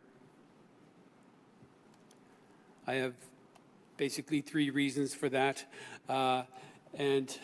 First of all, okay, we have a number of programs at our agency, including we have 2 workers, Mike and George, who work on record suspensions. If you have a record that is 5 or 10 years old, you can seek to get it pardoned or suspended, depending on the severity of the crime, and there's a few exceptions. So 5 or 10 years. It's quite a complicated process, and it requires assistance. Hence, the federal government has invested in 2 workers at our agency to help with the record suspensions. Records, if you have a criminal record, it can be a barrier to employment, it can be a barrier to housing, it can propose several barriers, and also it can be a personal shame for the individual. So we offer this free service, and the Community Connections at Millennium Public Library reached out to the John Howard Society. Is there anything that you can offer to citizens and residents and people in the downtown core area? I mentioned the record suspension program, and now we are a regular service provider coordinated by record suspensions. And Mike and George, they sit at a table on a regular basis. It's announced ahead of time. People come in for free expert advice that often they pay for professionals to provide for getting court documents, where the forms are. They can come back to our office or even right there with a laptop, and we'll begin to enter the form for them, a PDF, we'll save it, they'll come back with more police records, et cetera, and we'll shepherd them the whole way. I've even set aside a bit of money to help pay for the court records, the RCMP records and documents, et cetera, so that they can get their records suspended and on with their life. This is an important connection that we at the John Howard Society, located on Ellis, have with members of the public who are in need of this type of support, and it's made possible by the community connections. So that's the first reason, record suspensions program. The second reason is our literacy department. We know that there are many people who are incarcerated or have been released from custody that want to turn their lives around. We have 2 individuals who work in the literacy department who help, with reading and math, and we have workbooks on anger and gangs and all sorts, like 40 different topics.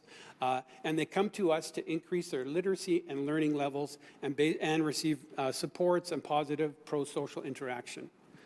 Our literacy instructor goes together, his name's John, goes weekly into the remand center with 2 or 3 volunteers from the community of Winnipeg, and has 8 individuals who are in custody at the remand center. These are those who are awaiting trial. Often they'll be there for months, even half a year or longer, who are looking for something to do, or looking for increasing their literacy skills and having a positive environment.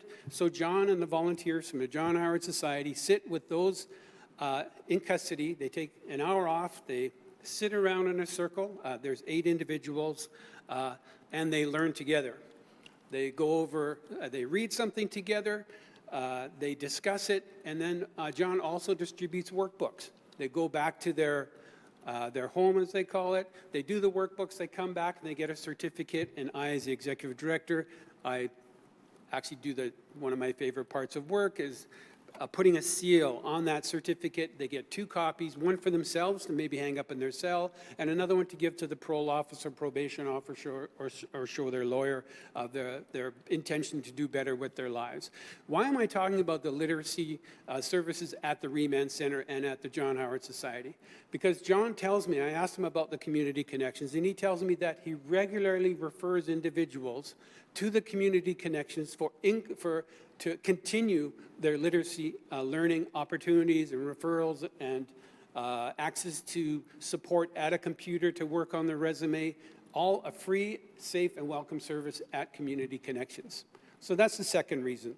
The literacy services extended into Community Connections to help those who are seeking to turn their lives around away from a life of crime to more building themselves, their self-esteem, equipping themselves for resumes, getting a job, employment, and housing, and making Winnipeg a safer place.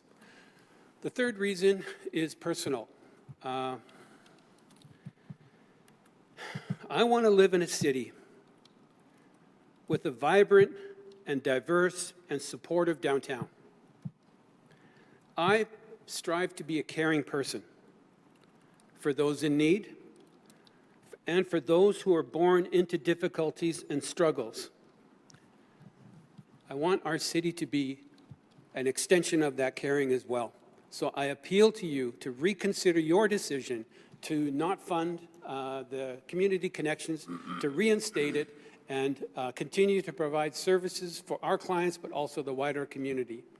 And I'll conclude by saying I think the city will be better and safer if you reinstate the fund for Community Connections at the Winnipeg Public Library. Again, I thank you for your time. Thank you very much, Mr. Enns. Really appreciate you being patient and presenting before us today. Thank you so much for the work that you do. Questions at all for Mr. Enns today? Okay, great. Thanks again. Appreciate it. Take care. Next up is David Grant, joining us via Zoom. David, if you want to go ahead and unmute yourself and turn on your video, you have up to 10 minutes for your presentation. I'm doing so. Thank you. And I think one of our previous delegations pointed out that he wasn't entirely against or for, and I would say the same here. I want to thank you for making time for us with this special meeting. For most of us, this is the only way to be heard by those in government. I agree with the previous delegation that your system serves us well, and you're to be commended for maintaining it this way. I want to thank Councillor Mays for his careful analysis of our problems and the solutions. I want to join former Councillor Lawrence in calling for the city and the province to discuss sources of funding. I remind you that Michigan did this several years ago. The state increased its sales tax by 2%, 2 percentage points, and cut property taxes in half approximately. Homeowners and renters across the state benefited and are thankful to this day. In our case, in Winnipeg, the province could increase its sales tax by just enough to take over the biggest capital infrastructure projects like sewage plants and installing new sanitary sewers. This can be done in a revenue neutral way for the provincial government, so they wouldn't have a problem selling it to the public when they did it, but it would remove the biggest cost burden in the city's near future. The sewage plant, we hear about the billions that it's probably going to cost us. If this move were done, this renegotiation of responsibilities and income, city taxes will not take a hit with every big infrastructure project. Unlike some delegations here today, I do not support funding non-core projects. I do not support waste and duplication of services. When libraries move into social service areas and provincial health areas, there is obviously waste and duplication. I go to the library, I do support it, to search for printed information. Those who are facing an addiction crisis should go to a health resource instead. And that's certainly an option. You are correct to drop the funding. Many folks are not aware of how our city has been transformed by normalizing the carrying of deadly weapons by those whose decision-making has been affected by addictions. Metal detectors are just one symptom. Councillor Browati was right to support their use, to defend the use of them at the library and wherever else. We will need them everywhere if we're going to welcome armed mental health outburst type people in our public spaces. On budget one, to assist the CAO in his job, the effectiveness of all spending at City Hall should be the subject of regular examination by the audit team. This essential team must grow. It must also have an increased budget. If this is not done, generally, no one will know when city programs go off the rails. On another one on budget considerations, we must do better and spend less on services. Fire service, 3 firefighters have fallen through floors so far in 2025, or so the CBC told us. Workers' comp costs are high and going up. We've noticed those costs. We must do, because we have a lot of workers and they're exposed to heavy risks. We must do all we can to reduce these costs. Could ask how? As I explained to SPC Services recently, we should require that every building have a current safety inspection certificate on file, especially buildings, I'm targeting buildings here that have had a previous fire, before we allow anyone, even a firefighter, to enter under smoky or emergency conditions. Under those conditions, a worker would not notice that there's a hole in the floor, and that is something we shouldn't be allowing. So that's one thing I think that we could do easily. It's a technical thing. The city is big on having inspections and having certificates on file. That's one that we could do and would have a big impact on our workman's comp costs. And I'll leave that with you, and hopefully that will help your budget, although it's a matter of that committee, that SPC, talking to those departments. Anyway, back to the audit team. Money spent there on doing functional audits. This is not a matter of following the money, but on discovering programs that are not serving their intended purpose or not doing it well. Please considering doubling the amount that you spend on your audit team. They're good at assessing function of operations. Parks and vacant land. As cities grow, these can disappear. Golf courses, which are a topic here, are also as close as urban land can get to parkland. I have never golfed and no golfer in my family, but I see courses as gems. Each of them was a winter wonderland when I was growing up as a kid in Toronto. Unlike big parks, golf course cost little for the city to maintain, as user fees pay for so much. A course that is far from any city parkland is a priceless gift to the city's future. Letting its golf use wither and covering the land with apartment towers ruins the land forever.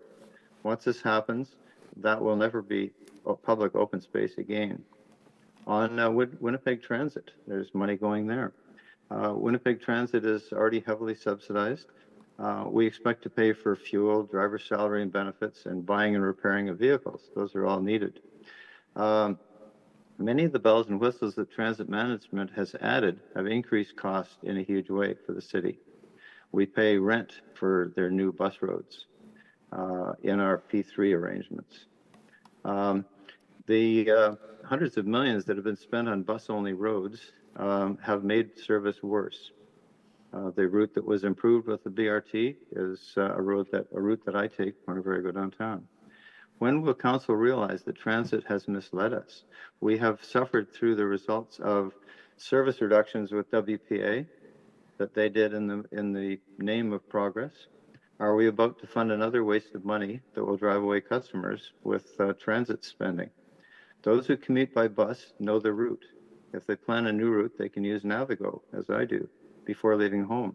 A search on the smartphone at a bus stop is a bad idea. Paying a lot of money for an app to enable people to do that is also a bad idea. It's a big mistake to believe that customers are going to use an expensive app and not Navigo, since Transit failed to explain to council the downside of BRT Phase 1 and 2, and since they compelled you to ignore those who spoke the truth in delegation, you should demand more compelling evidence when Transit asks for more money and introduces a new program. And I have trepidation about the big 2025 change in transit routes. Waving around something new and asking for funding should no longer be enough to get money out of City Hall. Has anyone on staff or on council analyzed the failure of e-buses in other cities to produce a report on why there will not? Has anyone asked to produce a report on why they will not fail here as badly as they did there? If this prudent step of analyzing failure elsewhere has been missed, are we doomed to waste as much tax money as those cities did? Once you increase funding for the audit team, this would be a good topic for them to evaluate for us. And I again thank you for the time and invite any questions or clarifications you might have. Thank you very much for your presentation, Mr. Grant. Appreciate it. Any questions at all for our delegate? Councilor Duncan. Yeah, just a point of clarification, or did you know? I mean, when referring to the community connection space, you made a comment about serving those that are in mental health crisis. It's not all individuals in mental health crisis attending there. This is a debate, in my opinion, about whether or not this should be a city-run service. So I just wanted to clarify that. Yes, and I do agree that it's not all people in extreme crisis, and you're correct on that. But it is a question of extension of the service that libraries, when we were young, when we were kids, were a place you went to find a book or a magazine that you didn't have at home.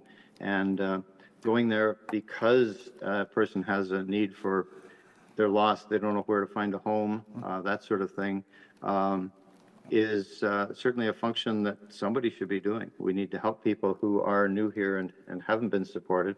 But it's a question of whether that should be in the library. The people in extreme crisis, it's for them to go to an emergency room would seem more appropriate than going to a library or any other city office, because just because it's government doesn't mean that we're there to provide that service. So thank you very much for your question. Thank you. Okay, seeing no more questions, thank you very much for your patience, Mr. Grant. Take care. Thank you again. Okay, great. Our next delegation is Mark Coho, and Mark, I see you're ready to go, so you can begin. For sure. Good afternoon. Yeah, Yeah, thank you very much for the opportunity to speak. Certainly do appreciate the opportunities we're provided to do so. I just want to touch on a couple topics today. I'll be quick. First of all, I want to speak to the Arlington Bridge. We had previously discussed the need to at least work to include demolition and design work in the 2025 budget. So we're very happy to see the motion from Public Works that provides the authorization of funding for the new capital project in 2026 capital forecast with the provision for expenditure of that funding to be authorized in 2025 prior to the adoption of the 2026 capital budget as that first charge against the general capital fund.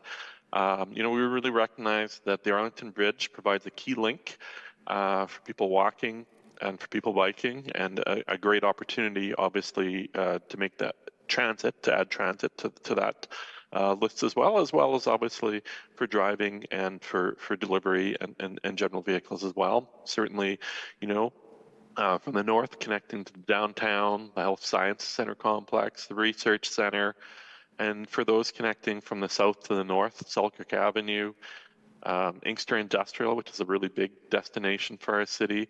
It's important to have those connections, as well as the higher needs areas of the city that Arlington connects, whether it's identified as a number of neighborhoods, both north and south of the tracks on the Arlington alignment, really that the city and others have identified as having some of that concentrated higher needs areas.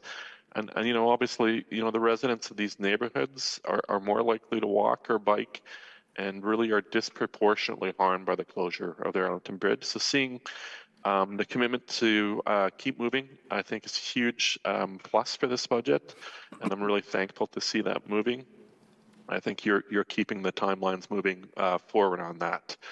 Certainly, we as Bike Winnipeg, we really do hope to see Arlington Street become a regional route with protected bike lanes that would connect from Inkster Boulevard to Portage Avenue, possibly Westminster in the future.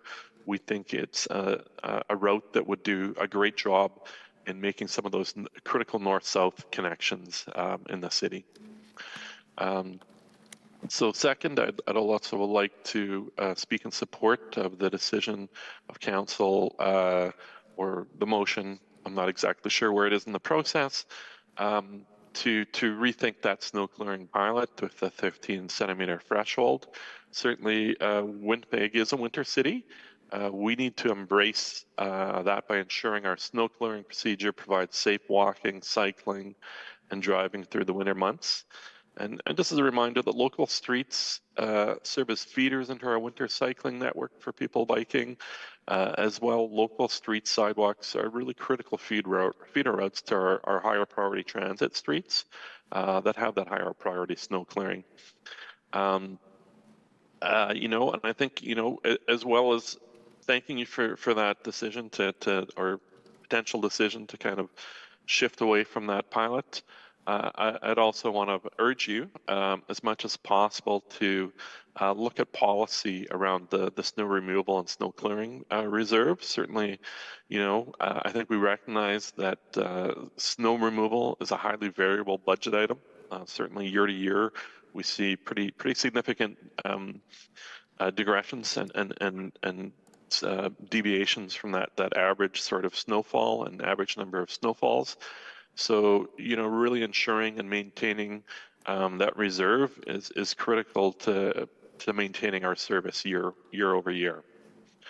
And just a final couple touch-ups. Really want to speak to Councillor Lukes, and thanks for moving forward with that March 15th forum on active transportation. We're certainly looking forward to that, and I really love to see it moving forward. And as well, to recognize that we have opportunities for federal funding through the Federal Active Transportation Fund, and I know we had discussion with this at the Public Works, and I'm happy to acknowledge that Councillor Lukes is acting and seeing this file move through. But it's really critical. There's $500 million of funding available to cities as part of this for infrastructure, for capital expense. And I would love to make sure that Winnipeg is in there getting in and applying for the funding that would really help us and extend and increase the value and investment we get from our capital expenditures on active transportation. And just, some of the projects, I think we can move forward with that. The Empress, the extension north of St. Matthews on the active transportation route there.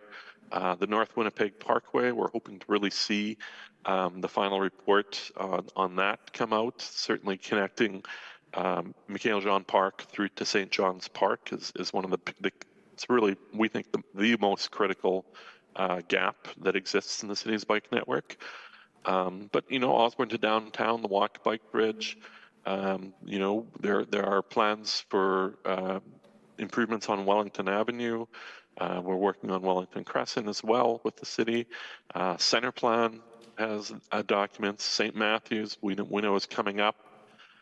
Togo to Brandon, is Elmwood to St. Boniface. And we have a number of neighborhood greenway studies that have been completed that really just need that next level, that funding to move forward. So really, we're hopeful that we can get good applications out to the federal government to ensure that we're taking part in those opportunities. Finally, there has been talk about sort of looking at different funding strategies, and certainly we'd agree that the city and the province should be working together to come up with different funding strategies to provide more flexibility to the city in terms of its revenue sources.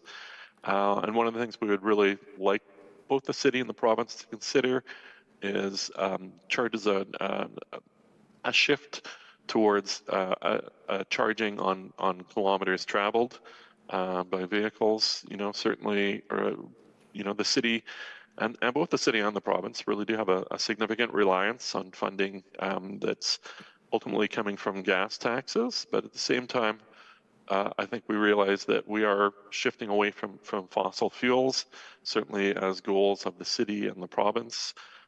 So we need to be rethinking how these funding models are applied. So I hope that'll be part of the consideration and the discussions that you undertake with the province in terms of sort of increasing those revenue options. Thank you very much for your time. If there's any questions, I'd be happy to take them.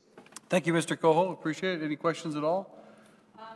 Councilor Lukes? Yeah, just more of a did you know. I did follow up with the department on that federal funding, and I think I sent you an email on it, but they are looking at our big plethora of projects to see if something could fit. Fabulous. Okay. Thank you. Okay, thank you very much. Appreciate your time today, as always. Madam Clerk.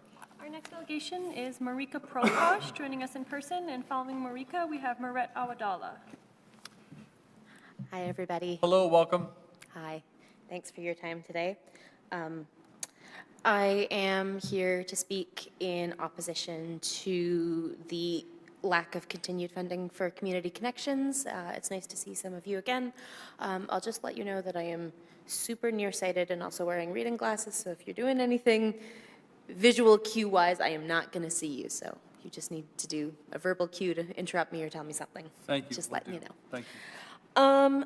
So I've been here to speak in support of funding for the Millennium Library before, and I'm back again, specifically in this case about community connections.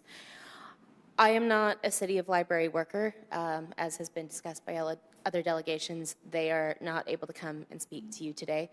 But I am going to speak to you as someone who is a library worker, someone who has worked in community libraries in Montreal, someone who has worked in academic libraries here, and who has done a lot of public-facing work. I used to be the evening weekend supervisor for the University of Winnipeg Library. I currently work in reference services. I've done frontline work in computer services, tech support, all kinds of patron-facing and non-facing services. And I want to talk about both what the lack of FTEs and the loss of a particular service desk do for staff within a library. And I want to speak a little bit about the misconceptions about what libraries are or do or should be or will be. So we'll see if we can get through that in the time that I have. It's a very limited and narrow experience to go to the library to get a book or a magazine and check it out and go home, or go home, go to the library, ask for something from the encyclopedia, and then go home. Libraries for decades have worked beyond that, and we work beyond that now. I have helped seniors who don't speak the same language as me set up Facebook accounts. I have helped people renew their professional designation. I have helped people write their academic papers. I have helped people trying to find a particular service designation. I've been working with patrons in one form or another since 2009, and that has remained constant in all of the time I have been doing that work. It is not, where is this book? Okay, I'm going home now. My day would be very, very boring if that were my job. And library work can be messy. One of the things I love about working in libraries is that no 2 days of mine are the same, and that's something that suits me very well. It's a reason why I stuck with library work once I got a taste of it. But one of the things that makes me have the capacity to do that kind of work is working in a place where I have enough colleagues that I don't feel overtaxed all the time. I have worked in a library doing evening weekend supervisor work downtown where we did not have enough people on the floor at the time, where I had to close the library at 11 o'clock with one other coworker. And it's not that I felt immediately unsafe a significant portion of the time, but you just know that if something goes a little bit sideways, your whole night is going to go off the rails. And that is its own kind of stress beyond any immediate individual posing a particular kind of danger. When we finally got our funding expanded so that there could be a third person, that made a real substantial difference in terms of how I felt about my job. When I moved into a job where I wasn't doing frontline work all of the time, that also was a sign to me that that was a good balance for me. I love working a desk. I love working a frontline service. It's good for me to do a mix of that, but not all the time, to have other tasks to do as well. A thing that I understand is pretty challenging at WQPL. A lot of people who do the kind of job that I do at my library are part-time staff, meaning that they're trying to cobble positions together across libraries, and that's beyond the scope of what we're talking about today, but I think it speaks to the whole of what we're dealing with here. The other thing that's really important is the ability to choose the kind of work that you do, is the point that I want to make. I get to choose the level of front-facing work that I do to an extent by the kinds of jobs that I apply for and the opportunities that I seek out. So I believe Councillor Brawadi when he says that he's spoken with librarians in the public system who don't like the Community Connections Hub. That's going to be a tough job for a lot of people, and it's also going to be some people's dream jobs. And I think that something that we have elided a little bit in this conversation is that there is not a screening mechanism in the world that you can put in place, including the screening that already exists, that is fully going to filter out these users that some people in some conversations, some of the time, are trying to make problems. You can't filter them out 100% of the time. You have to have criteria that not everyone is going to meet all of the time. People walk around with pocket knives who, look like they wouldn't carry a knife and wouldn't get profiled. People are going to bring those to branch libraries. People are going to have mental health issues and be your neighbor or your coworker. So if we believe that those people deserve library services and can't and shouldn't be filtered out of the library attending public, it makes sense that they access a service point staffed by people who want to be there, who want to be doing the work to help them, who have extended training and experience and professional connections to do that work in a better way. So yeah, I believe that the person who thinks that they might get pulled off their desk to work at Connections doesn't like the idea of Connections. That makes sense to me. I believe that. It would be a tough job. I also believe that that person and as long as they're working with the public, does not have a get out of problem patron free card. And that could be the person who's going through a med adjustment and yells at them a little bit, and that could be the guy in the business suit who's having an entitled day and yells at them too, who no filtering mechanism that we come up with is going to filter out, because guys in suits don't get filtered out of those kinds of mechanisms. So I'm asking you to think about what having enough people in a library who work there, who want to be there, does for a library. I'm asking you to let the people who are professionalized and choosing the kind of work that they do continue to do that work in Connections. You've heard from my colleagues and my friends and people I've never met before today about all of the valuable outputs of Community Connections. And I believe in those too. I think that those are really important. But as a worker, I think that there's a lot of experiences that you don't get to hear because of how our city's allowances for people to speak to their electeds about their professional city work functions. So these are some insights from the work that I've done. There's one other thing I wanted to say, and that was to the piece about relationships. About when you're working a consistent service desk, when you're always on that desk or you're on that desk regularly, you get to know the people who come in regularly. You get to know their quirks. You get to know what they like. You see a magazine come in and you think of them and you tell them that it's come in. You get to ask about an assignment that they were worried about. The best day of my life was, of my working life, one of them anyways, was about 2 months after I'd worked with a student on an absolute bear of an assignment that question didn't really make sense and it was really difficult. He came back at the end of term to tell me he got an A on that assignment.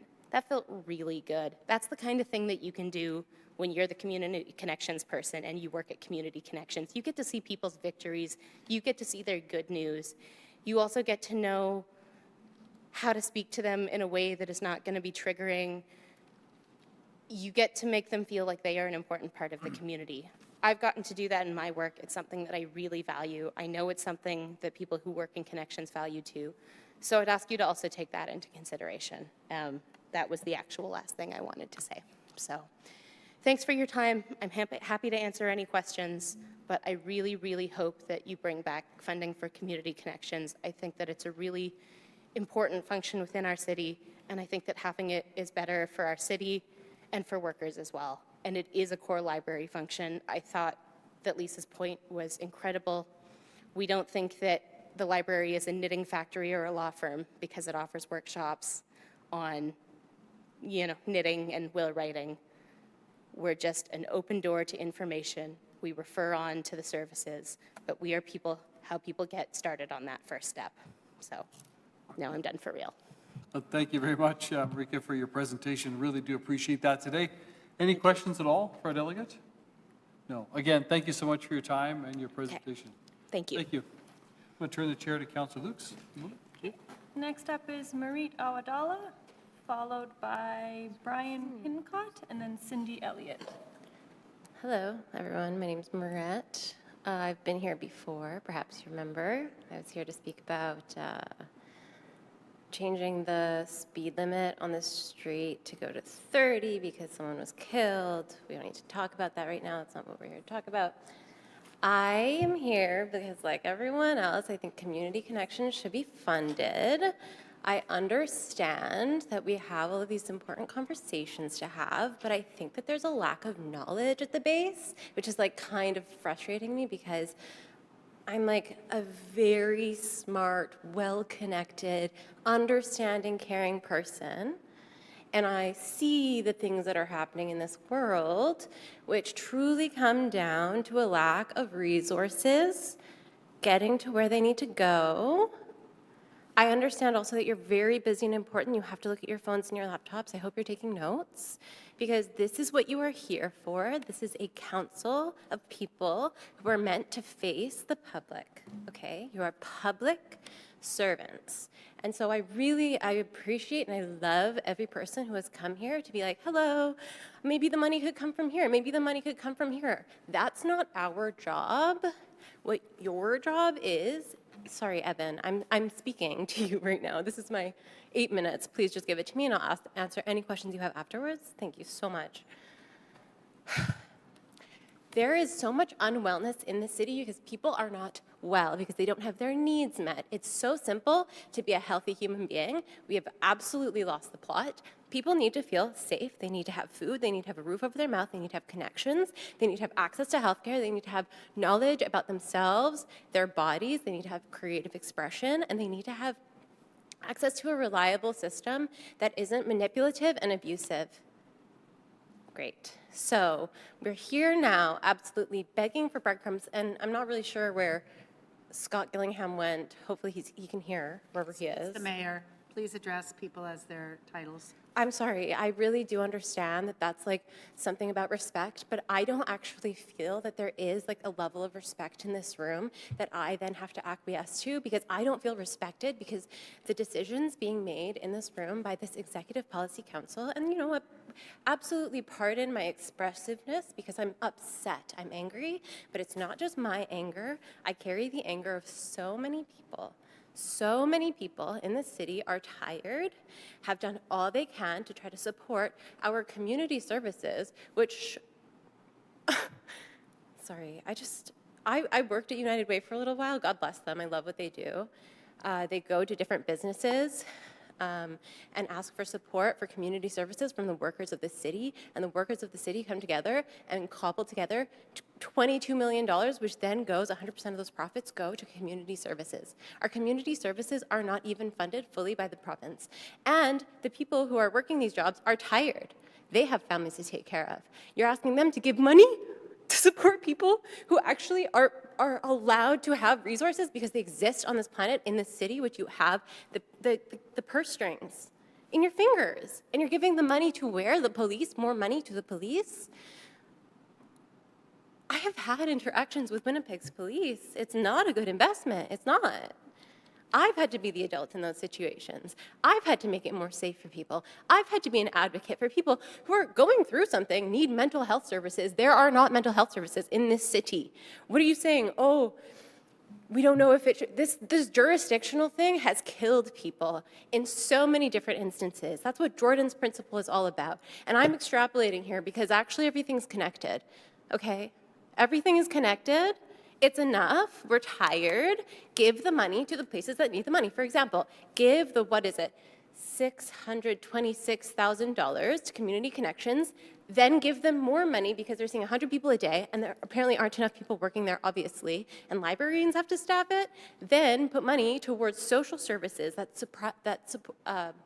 provide support for mental health and for housing and for food and for places to be able to go to the bathroom and to allow people to have dignity and choice. Because when people are made to be unsafe, they are unsafe for other people because they are trying to survive. Have you ever been in a situation where you are on the edge of death and you have needs and they cannot be met and the people who are supposed to be there to help you can't? You're making the librarians at this library unsafe. You're making service professionals, firefighters, paramedics unsafe because you're creating a world that's even safer. I was just talking to someone outside. Oh, I have to go to City Hall and tell them about how I'm upset and I'm kind of nervous about it because he's like, yeah, well, I'm from Vancouver and take me back to East Hastings because that place will break your heart, but here is dangerous. People are not inherently wired to be dangerous, but some people are dangerous. And can I say who it is? Ring, ring. You know, the call's coming from inside the house. If you have resources and you're not putting them to where they need to be, then you are an agent of violence. I'm laying it out here because I absolutely want to give people the benefit of the doubt. I've never been here and said this all before, but after that, it's your responsibility to say, hello, okay, we've been making some decisions. We've been giving the police more money, and then more violence happens, and then more danger happens. And actually, this is like a well-studied thing. Like, I am earning my master's in public health and social policy. Public health and social policy go together very beautifully because policy reflects health. A budget is policy. It is. And it's an opportunity to be creative, to be a problem solver, and I've talked about this before, and that's a very fun thing to do, and if you don't have the resources that you need to be able to answer the questions, then you need to find those resources. Sherry Rollins isn't here. I saw that she quit. I don't know what that's all about. Of course, like, everyone's beholden to their own needs, and I don't necessarily feel like this is a room that's like, I just know that she cared about community connections. I don't know much about every person's slate because I honestly don't have that much respect for politics because I'm upset about it. It doesn't make sense. It doesn't make sense. Make it make sense. Who do you work for? Do you work for the public? You are a public servant. How did you get here today? Where's your family right now? Are they safe and warm? God bless. They should be. They deserve that. Everyone deserves that. There are people outside in the cold right now from December 31st, couldn't get access to community connections, something that tethers people to this world. So it's enough. That's what I have to say about that. Really and truly, God bless. Like, it's enough. I'm incredibly smart. I know so many smart people who have the skills to be able to do all this stuff, and they work at these community services and absolutely burn out because they're asked to be doing way more than they should be doing because there aren't enough jobs in those places, and those places are funded by the workers who donate to United Way. Again, God bless. It's negligent, and I hate negligence because it's lazy and it's violent. And the people who are getting hurt by this and who are outside on the street absolutely having to lay down their boundaries and not have their own autonomy in order to be able to make it to the next day, they're the people who are being hurt by all of this. Not to say anything about every single layer that comes after that. Everything is connected, everyone is connected. And last time I was here to talk about lowering the speed limit to 30 instead of 50, and I had 5 minutes because there were so many people who wanted to share about how much grief they had and how much they cared about this process and how much they wanted this change to be made. So I had 5 minutes, so I had to talk a little faster. That same day that you voted no, the street sign got hit. It's like this stuff writes itself. It's like balance exists for a reason. If you are not respecting it, you are creating chaos and violence in the world. That is me saying this directly to each and every person who holds a seat in this council. If you do not have a basic understanding of policy, which is that, okay, one baseline for this budget, the amendment that I'd like to make is let the budget be about people, about health, about wellness, and about life, because when people are able to provide for themselves, they're able to be safe and productive in every way. We need people like that. We need to support people to be able to be there so that they can be there for their family members and their friends and their communities. We need more green spaces. We need more opportunities for art. We need just the things that won't make it so that every single person working in the city is burnt out and tired because we're watching and we're angry and we're tired. You have the money, put it somewhere else. If you put any money to the police, that's violent. They have their money. Let them shuffle it around. Let them shuffle it around. They need $626,000 for a service to see 100 people a day. And how much are your salaries? You know, like, this is what I'm saying. We have to say, people are worthy of being alive. People are worthy of resources. These resources come from us. There are taxpayer dollars. Everyone's saying, oh, maybe it could come from here. Where is the money going? Where is the money going? Okay? This isn't a joke. People are dying. People have died. People die all the time. Life is a very sacred thing. I can't teach anyone that, and this is your responsibility. Does anyone have any questions for me? Sure. Are you done your presentation? I guess so, thank you. Do you know that we don't have, the city of Winnipeg does not have a health department? We don't have a health department. We don't have a mental health department. That's crazy. Well, and I'm not saying that's your fault, but what I'm saying is this: change has to be made. You know, like. Well, we're not.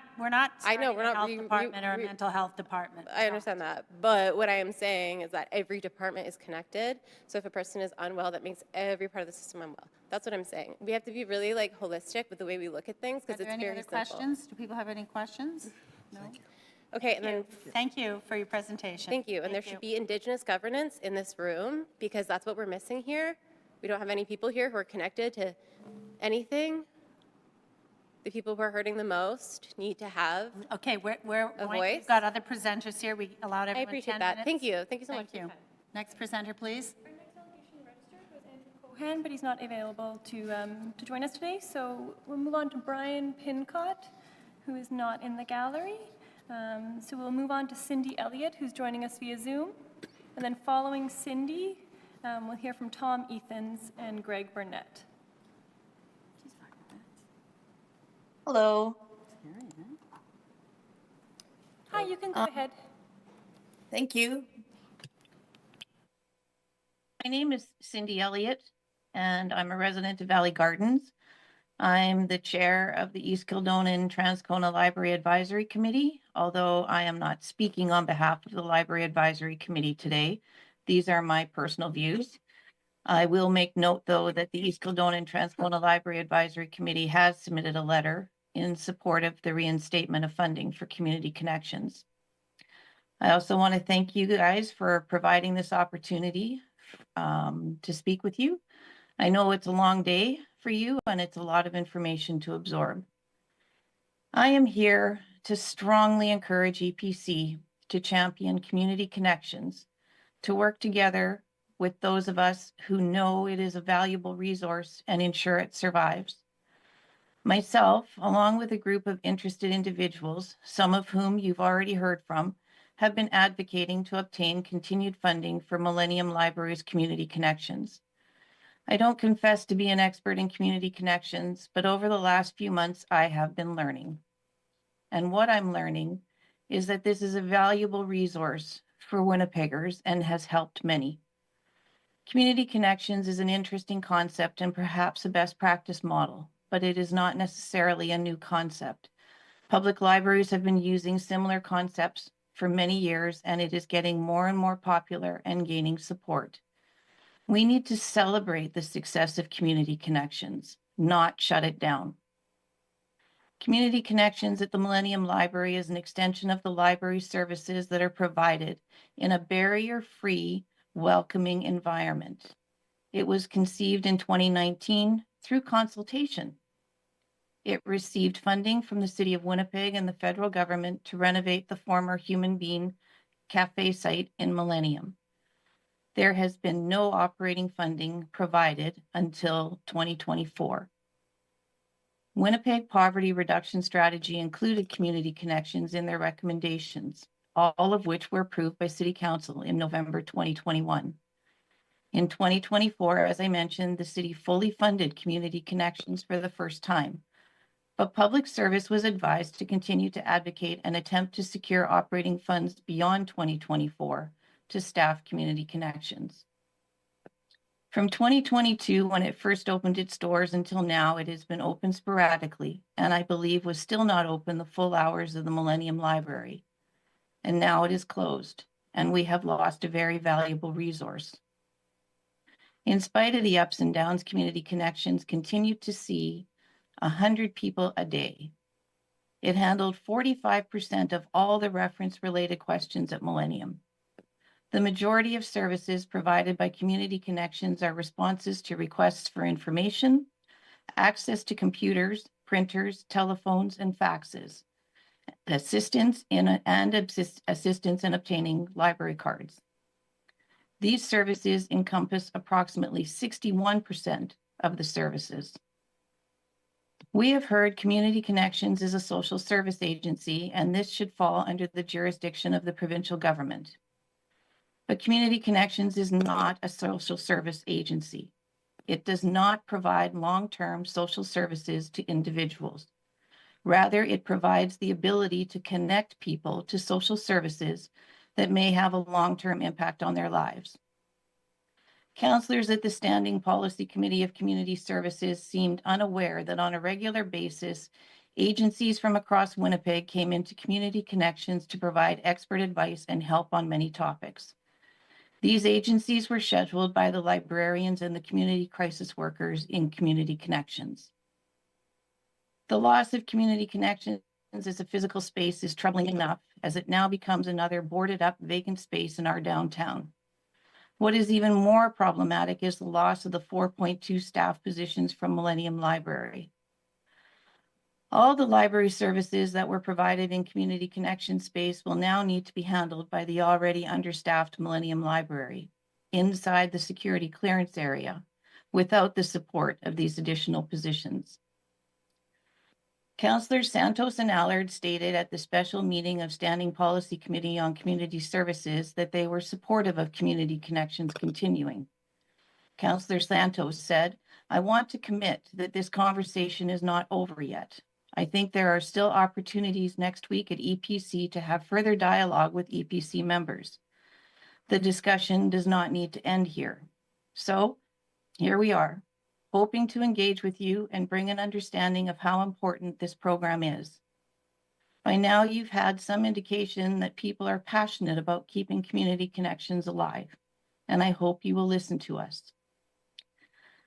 And this is just a moment, perhaps of brevity, maybe, but I don't know if any of you have ever watched the movie Dave with Kevin Kline and Sigourney Weaver. It's actually a favorite movie of mine. One of the scenes I love is where Dave, as the President of the United States, comes into a budget talk meeting and manages to come up with enough money to fund a program that had lost its funding. This was done by reviewing where certain line items or department budgets could be reduced, sometimes by a small percentage and sometimes by a larger percentage. Councillor Orlikow seems to have done some of this work already. Now it's up to you to show us a way to make this work. And I also just want to let you know that we are fully prepared to continue to advocate and work towards solutions to ensure the continued operation of Community Connections. Thank you. Thank you very much, Cindy. Appreciate that. Any questions at all for our delegate? No? Okay. Thank you again for your time and your patience today. No worries. Thank you. Thank you. Okay, our next delegation is Tom Ethans, followed by Greg Burnett, and we'll just need a suspension of the rules for both of those delegations. Okay. Moved by Councillor Boyd to suspend the rules for the next two delegates. All those in favor? Aye. Opposed? Carried. Thank you. Good afternoon. Welcome. Good afternoon. First of all, I'd like to thank the city for being responsible for the creation of Take Pride Winnipeg so many years ago and for continuing to support this organization for all those years. We know that you have a very difficult task ahead with this year's budget, but we are certain that you all work very hard to make sure that our city is better with your choices. Take Pride Winnipeg was formed in 1991 by the city and BFI Canada. And we've been working very hard over the years to make sure that we keep our mission going full bore, to inspire community pride, to raise public awareness, and to promote citizen responsibility in helping to make Winnipeg clean and beautiful. When I took over the organization in 1997, they were only running 3 programs. Over the years, we have gone as high as 12 programs and currently running 7 programs every year. There were only around 25 murals in Winnipeg in 1997. Now there are over 600, and we are considered to be the mural capital of Canada with the number of murals we have in the city. And I want to thank so many of the councillors that have helped out with murals over the years to make sure that we beautify your areas. It's a real testament that we get all these local artists to do these murals around the city and continue to do so. We commissioned 6 new murals in 2024 and already have requests for 7 new ones, including refurbishing such murals as the St. Fidel Curling Club mural, which needs refurbishment, and the Lancaster Bomber mural on Portage Avenue, which also needs to be redone because it's a real historical piece for us. Our Team Up to Clean Up program is our biggest program by far. In 2024, we had over 15,000 students from 59 schools and their teachers going out in the spring to pick up litter. We had over 5,300 community and business volunteers going out as well in the spring, summer, and fall to pick up litter. Our summer students would go out every day to pick up litter, to plant and water flowers, to also paint some beautiful planters on both Sherbrooke and Broadway. And then our graffiti removers went out and removed thousands and thousands of tags across the city. And as well, they were out and about picking up discarded needles when they needed to do it and do it in a very safe way. So I commend them for all the work that they've done over the years. Through our education programs, teaching students about reduce, reuse, recycle, and showing them how they can make a difference These programs have been a great success over the years. And I was at a school in the springtime, and a teacher came up to me and said, I wanted to tell you that when I was a student many, many years ago, you came in and talked to us about making a difference, and it really inspired me, and that's why I'm a teacher today. So I'm glad I could make a difference for at least one person, if not many others over the years. And just another one on that is we had a young lady who, when she was in grade 5, started volunteering for Take Pride Winnipeg.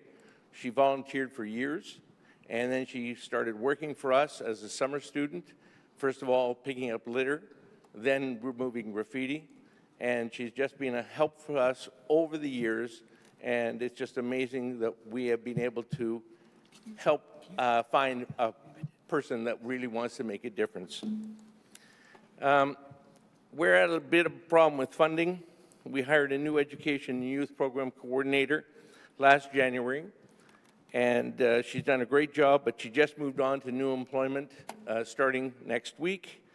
And the reason is because of our measly salary that we can offer her, because we just don't have that much funding right now. We'll continue to do more and more with less and less. It doesn't matter. I will continue to do this job until you pull me out of there 20 years from now. And I've been doing it for 28 years already.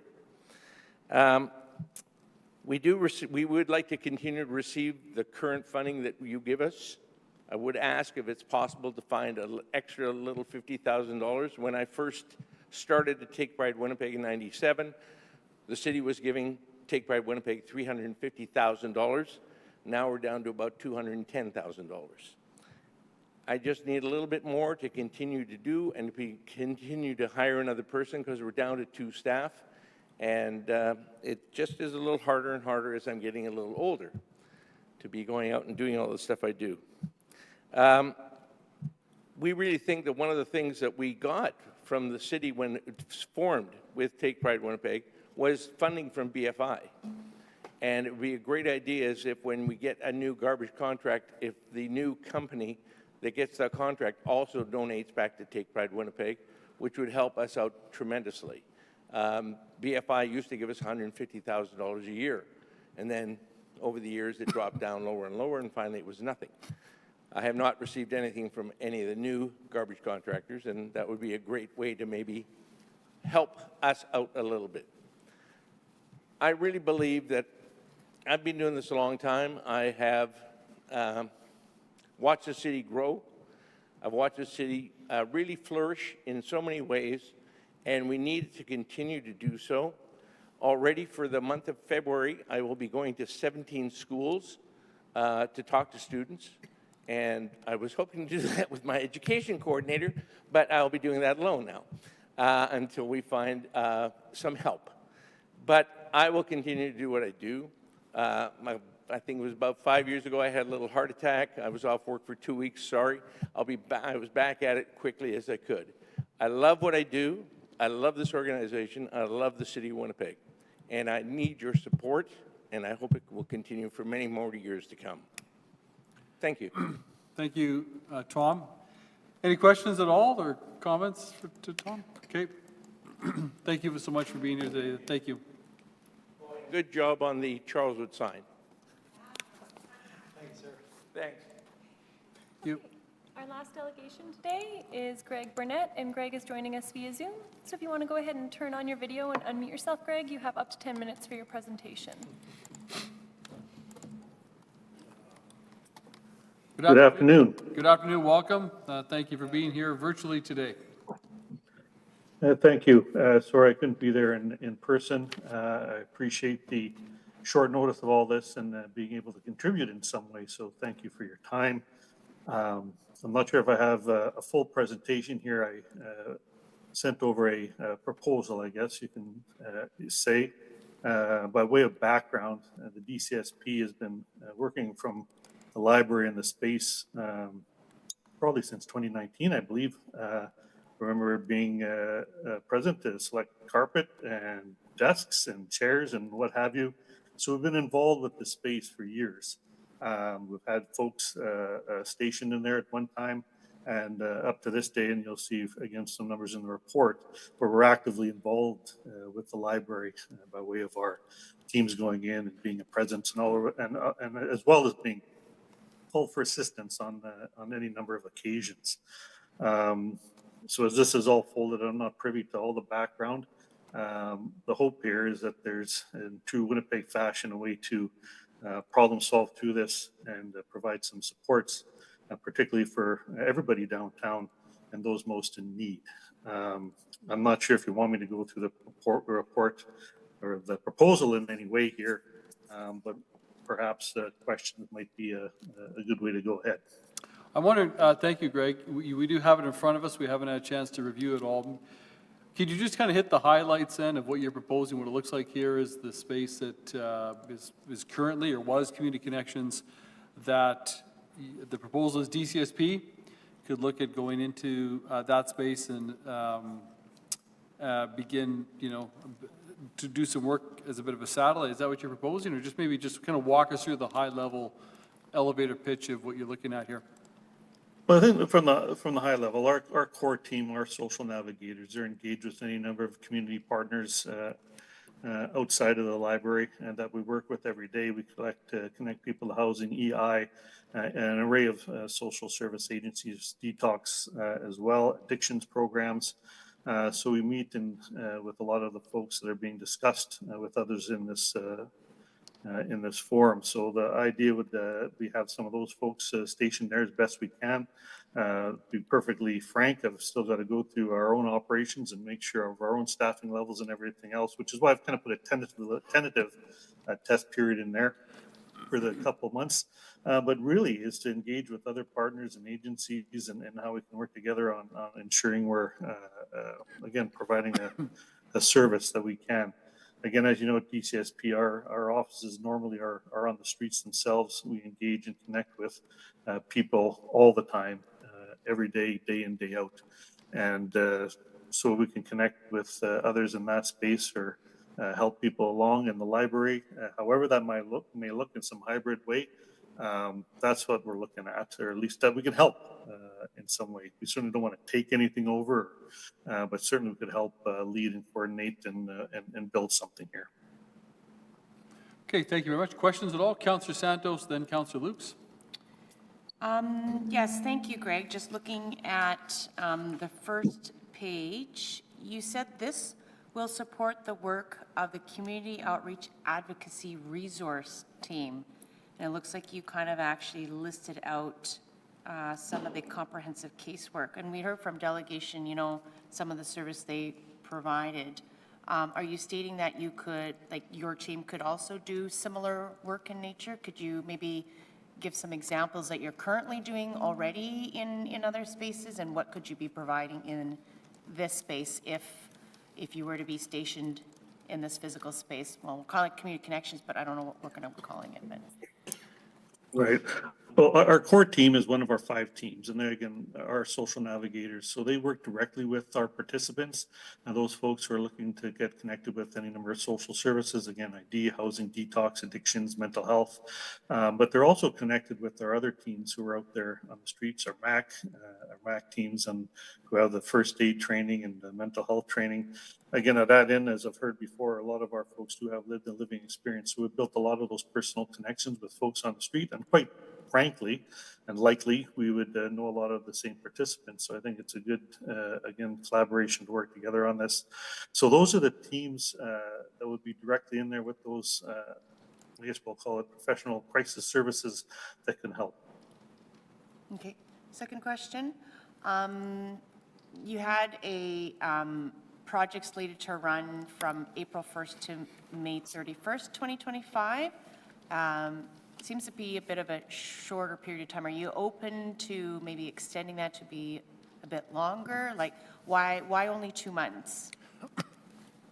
So I was looking at 2 months just to really almost a discovery. We can look and see what the kind of numbers we're having, who we're dealing with, how we're working together, and then build from that. Really, it's I'd like to think a year. We're trying to go with the city's fiscal years or budget years. So April 1st to May of 2025 would be probably more accurate. You said fiscal year? Or budget year, I guess, like.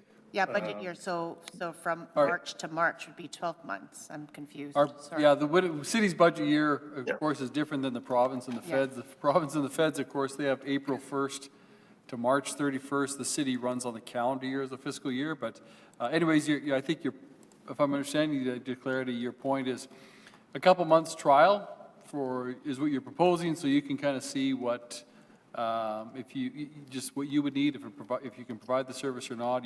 You're just, if you've got the staffing levels and the uptake and all that, that's basically what you're saying, right? Really, that's it. And Okay. to your point, we're really open to anything. Nothing here is carved in stone. Again, we just have been watching and thought if there's a way we can help, and again, in, I would like to say Winnipeg fashion, help in creating something here. Thank you. Other questions? Councillor Santos, do you have any more? Or Councillor No, Lukes? go ahead. Councillor Lukes? Yes, thank you very much, Greg, for providing a really good breakdown of what goes on at the Millennium Library. I guess I'm just kind of wondering, what does community attention mean? Almost 20% goes to that. What does that mean? So those are our proactive walkabouts through the library. So we've encouraged our teams when they have a break and on their walks and in the streets, and that they go through the library and all floors and just be a presence through there. So those are proactive check-ins to the library. Okay. And then I'm just going to pull up one more question here. One of the delegations that came provided a good breakdown of what goes on at the library. And I guess how would your team address housing and shelters? Well, we would work with that individual who's looking with it, which is, that's what our core team does now.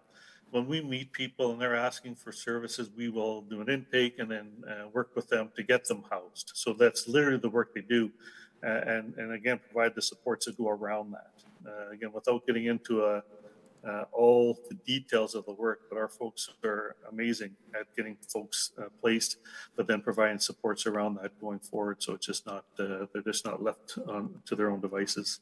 Okay, and then so now they also say that employment, general, and resume help and income tax. So I guess that's more librarian type services that they could get that assistance from.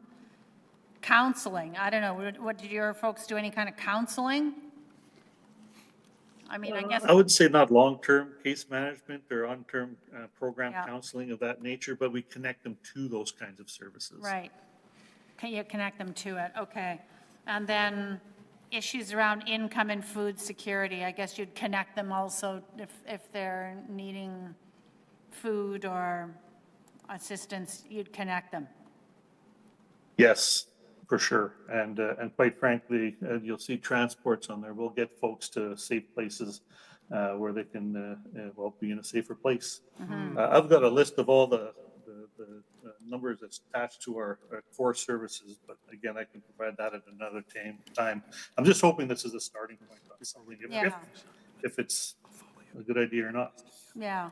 Well, it sounds like from the presentation that we had from Celia Rod, she had broken down, about 4, 5, 7, 8, 9, 10, 11, about 61% is basically library services. And then the balance sounds like initiatives that you also cover. So I'm just trying to, rationalize this and okay, that sounds good. I don't have any more questions. Thank you very much. Thank you. Just wondering then, Mr. Burnett, just what you're looking for, again, it's initial proposal here is kind of access to that space, as you said, maybe try to problem solve and work with the library and others to kind of extend the services you provide already and just kind of utilize that space.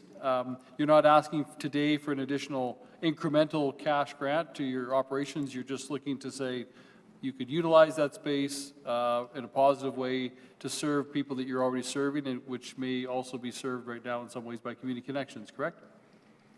Correct. Okay.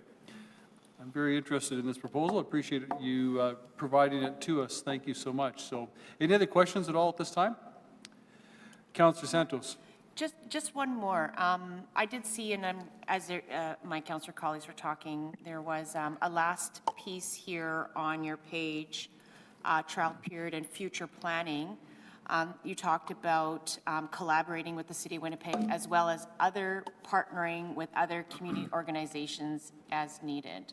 I see that as a good thing. We've heard from other community organizations that use this space, that do provide resources. So is that my understanding is that's your commitment to work with other organizations, not necessarily City of Winnipeg, but other nonprofit organizations to kind of come together and provide those services that Winnipeggers and alike are requiring. Is that correct for me to think out loud? You're absolutely correct, Councillor. The goal here is to work with others and build something here. We're not doing this on our own. Excellent. Okay, great. Thank you so much for your presentation, and thank you for your time today. We do appreciate it. Thank you, sir. Okay, have a good day. With that, I believe, Madam Clerk, that's our last delegate. And so I do want to, on behalf of all Executive Policy Committee members, thank all the delegations today and those who submitted letters and correspondence that were brought by delegates. And with that, I'll entertain a motion. Councillor Santos, please, to adjourn. Okay, thank you. Thanks to our staff as well today. We are adjourned.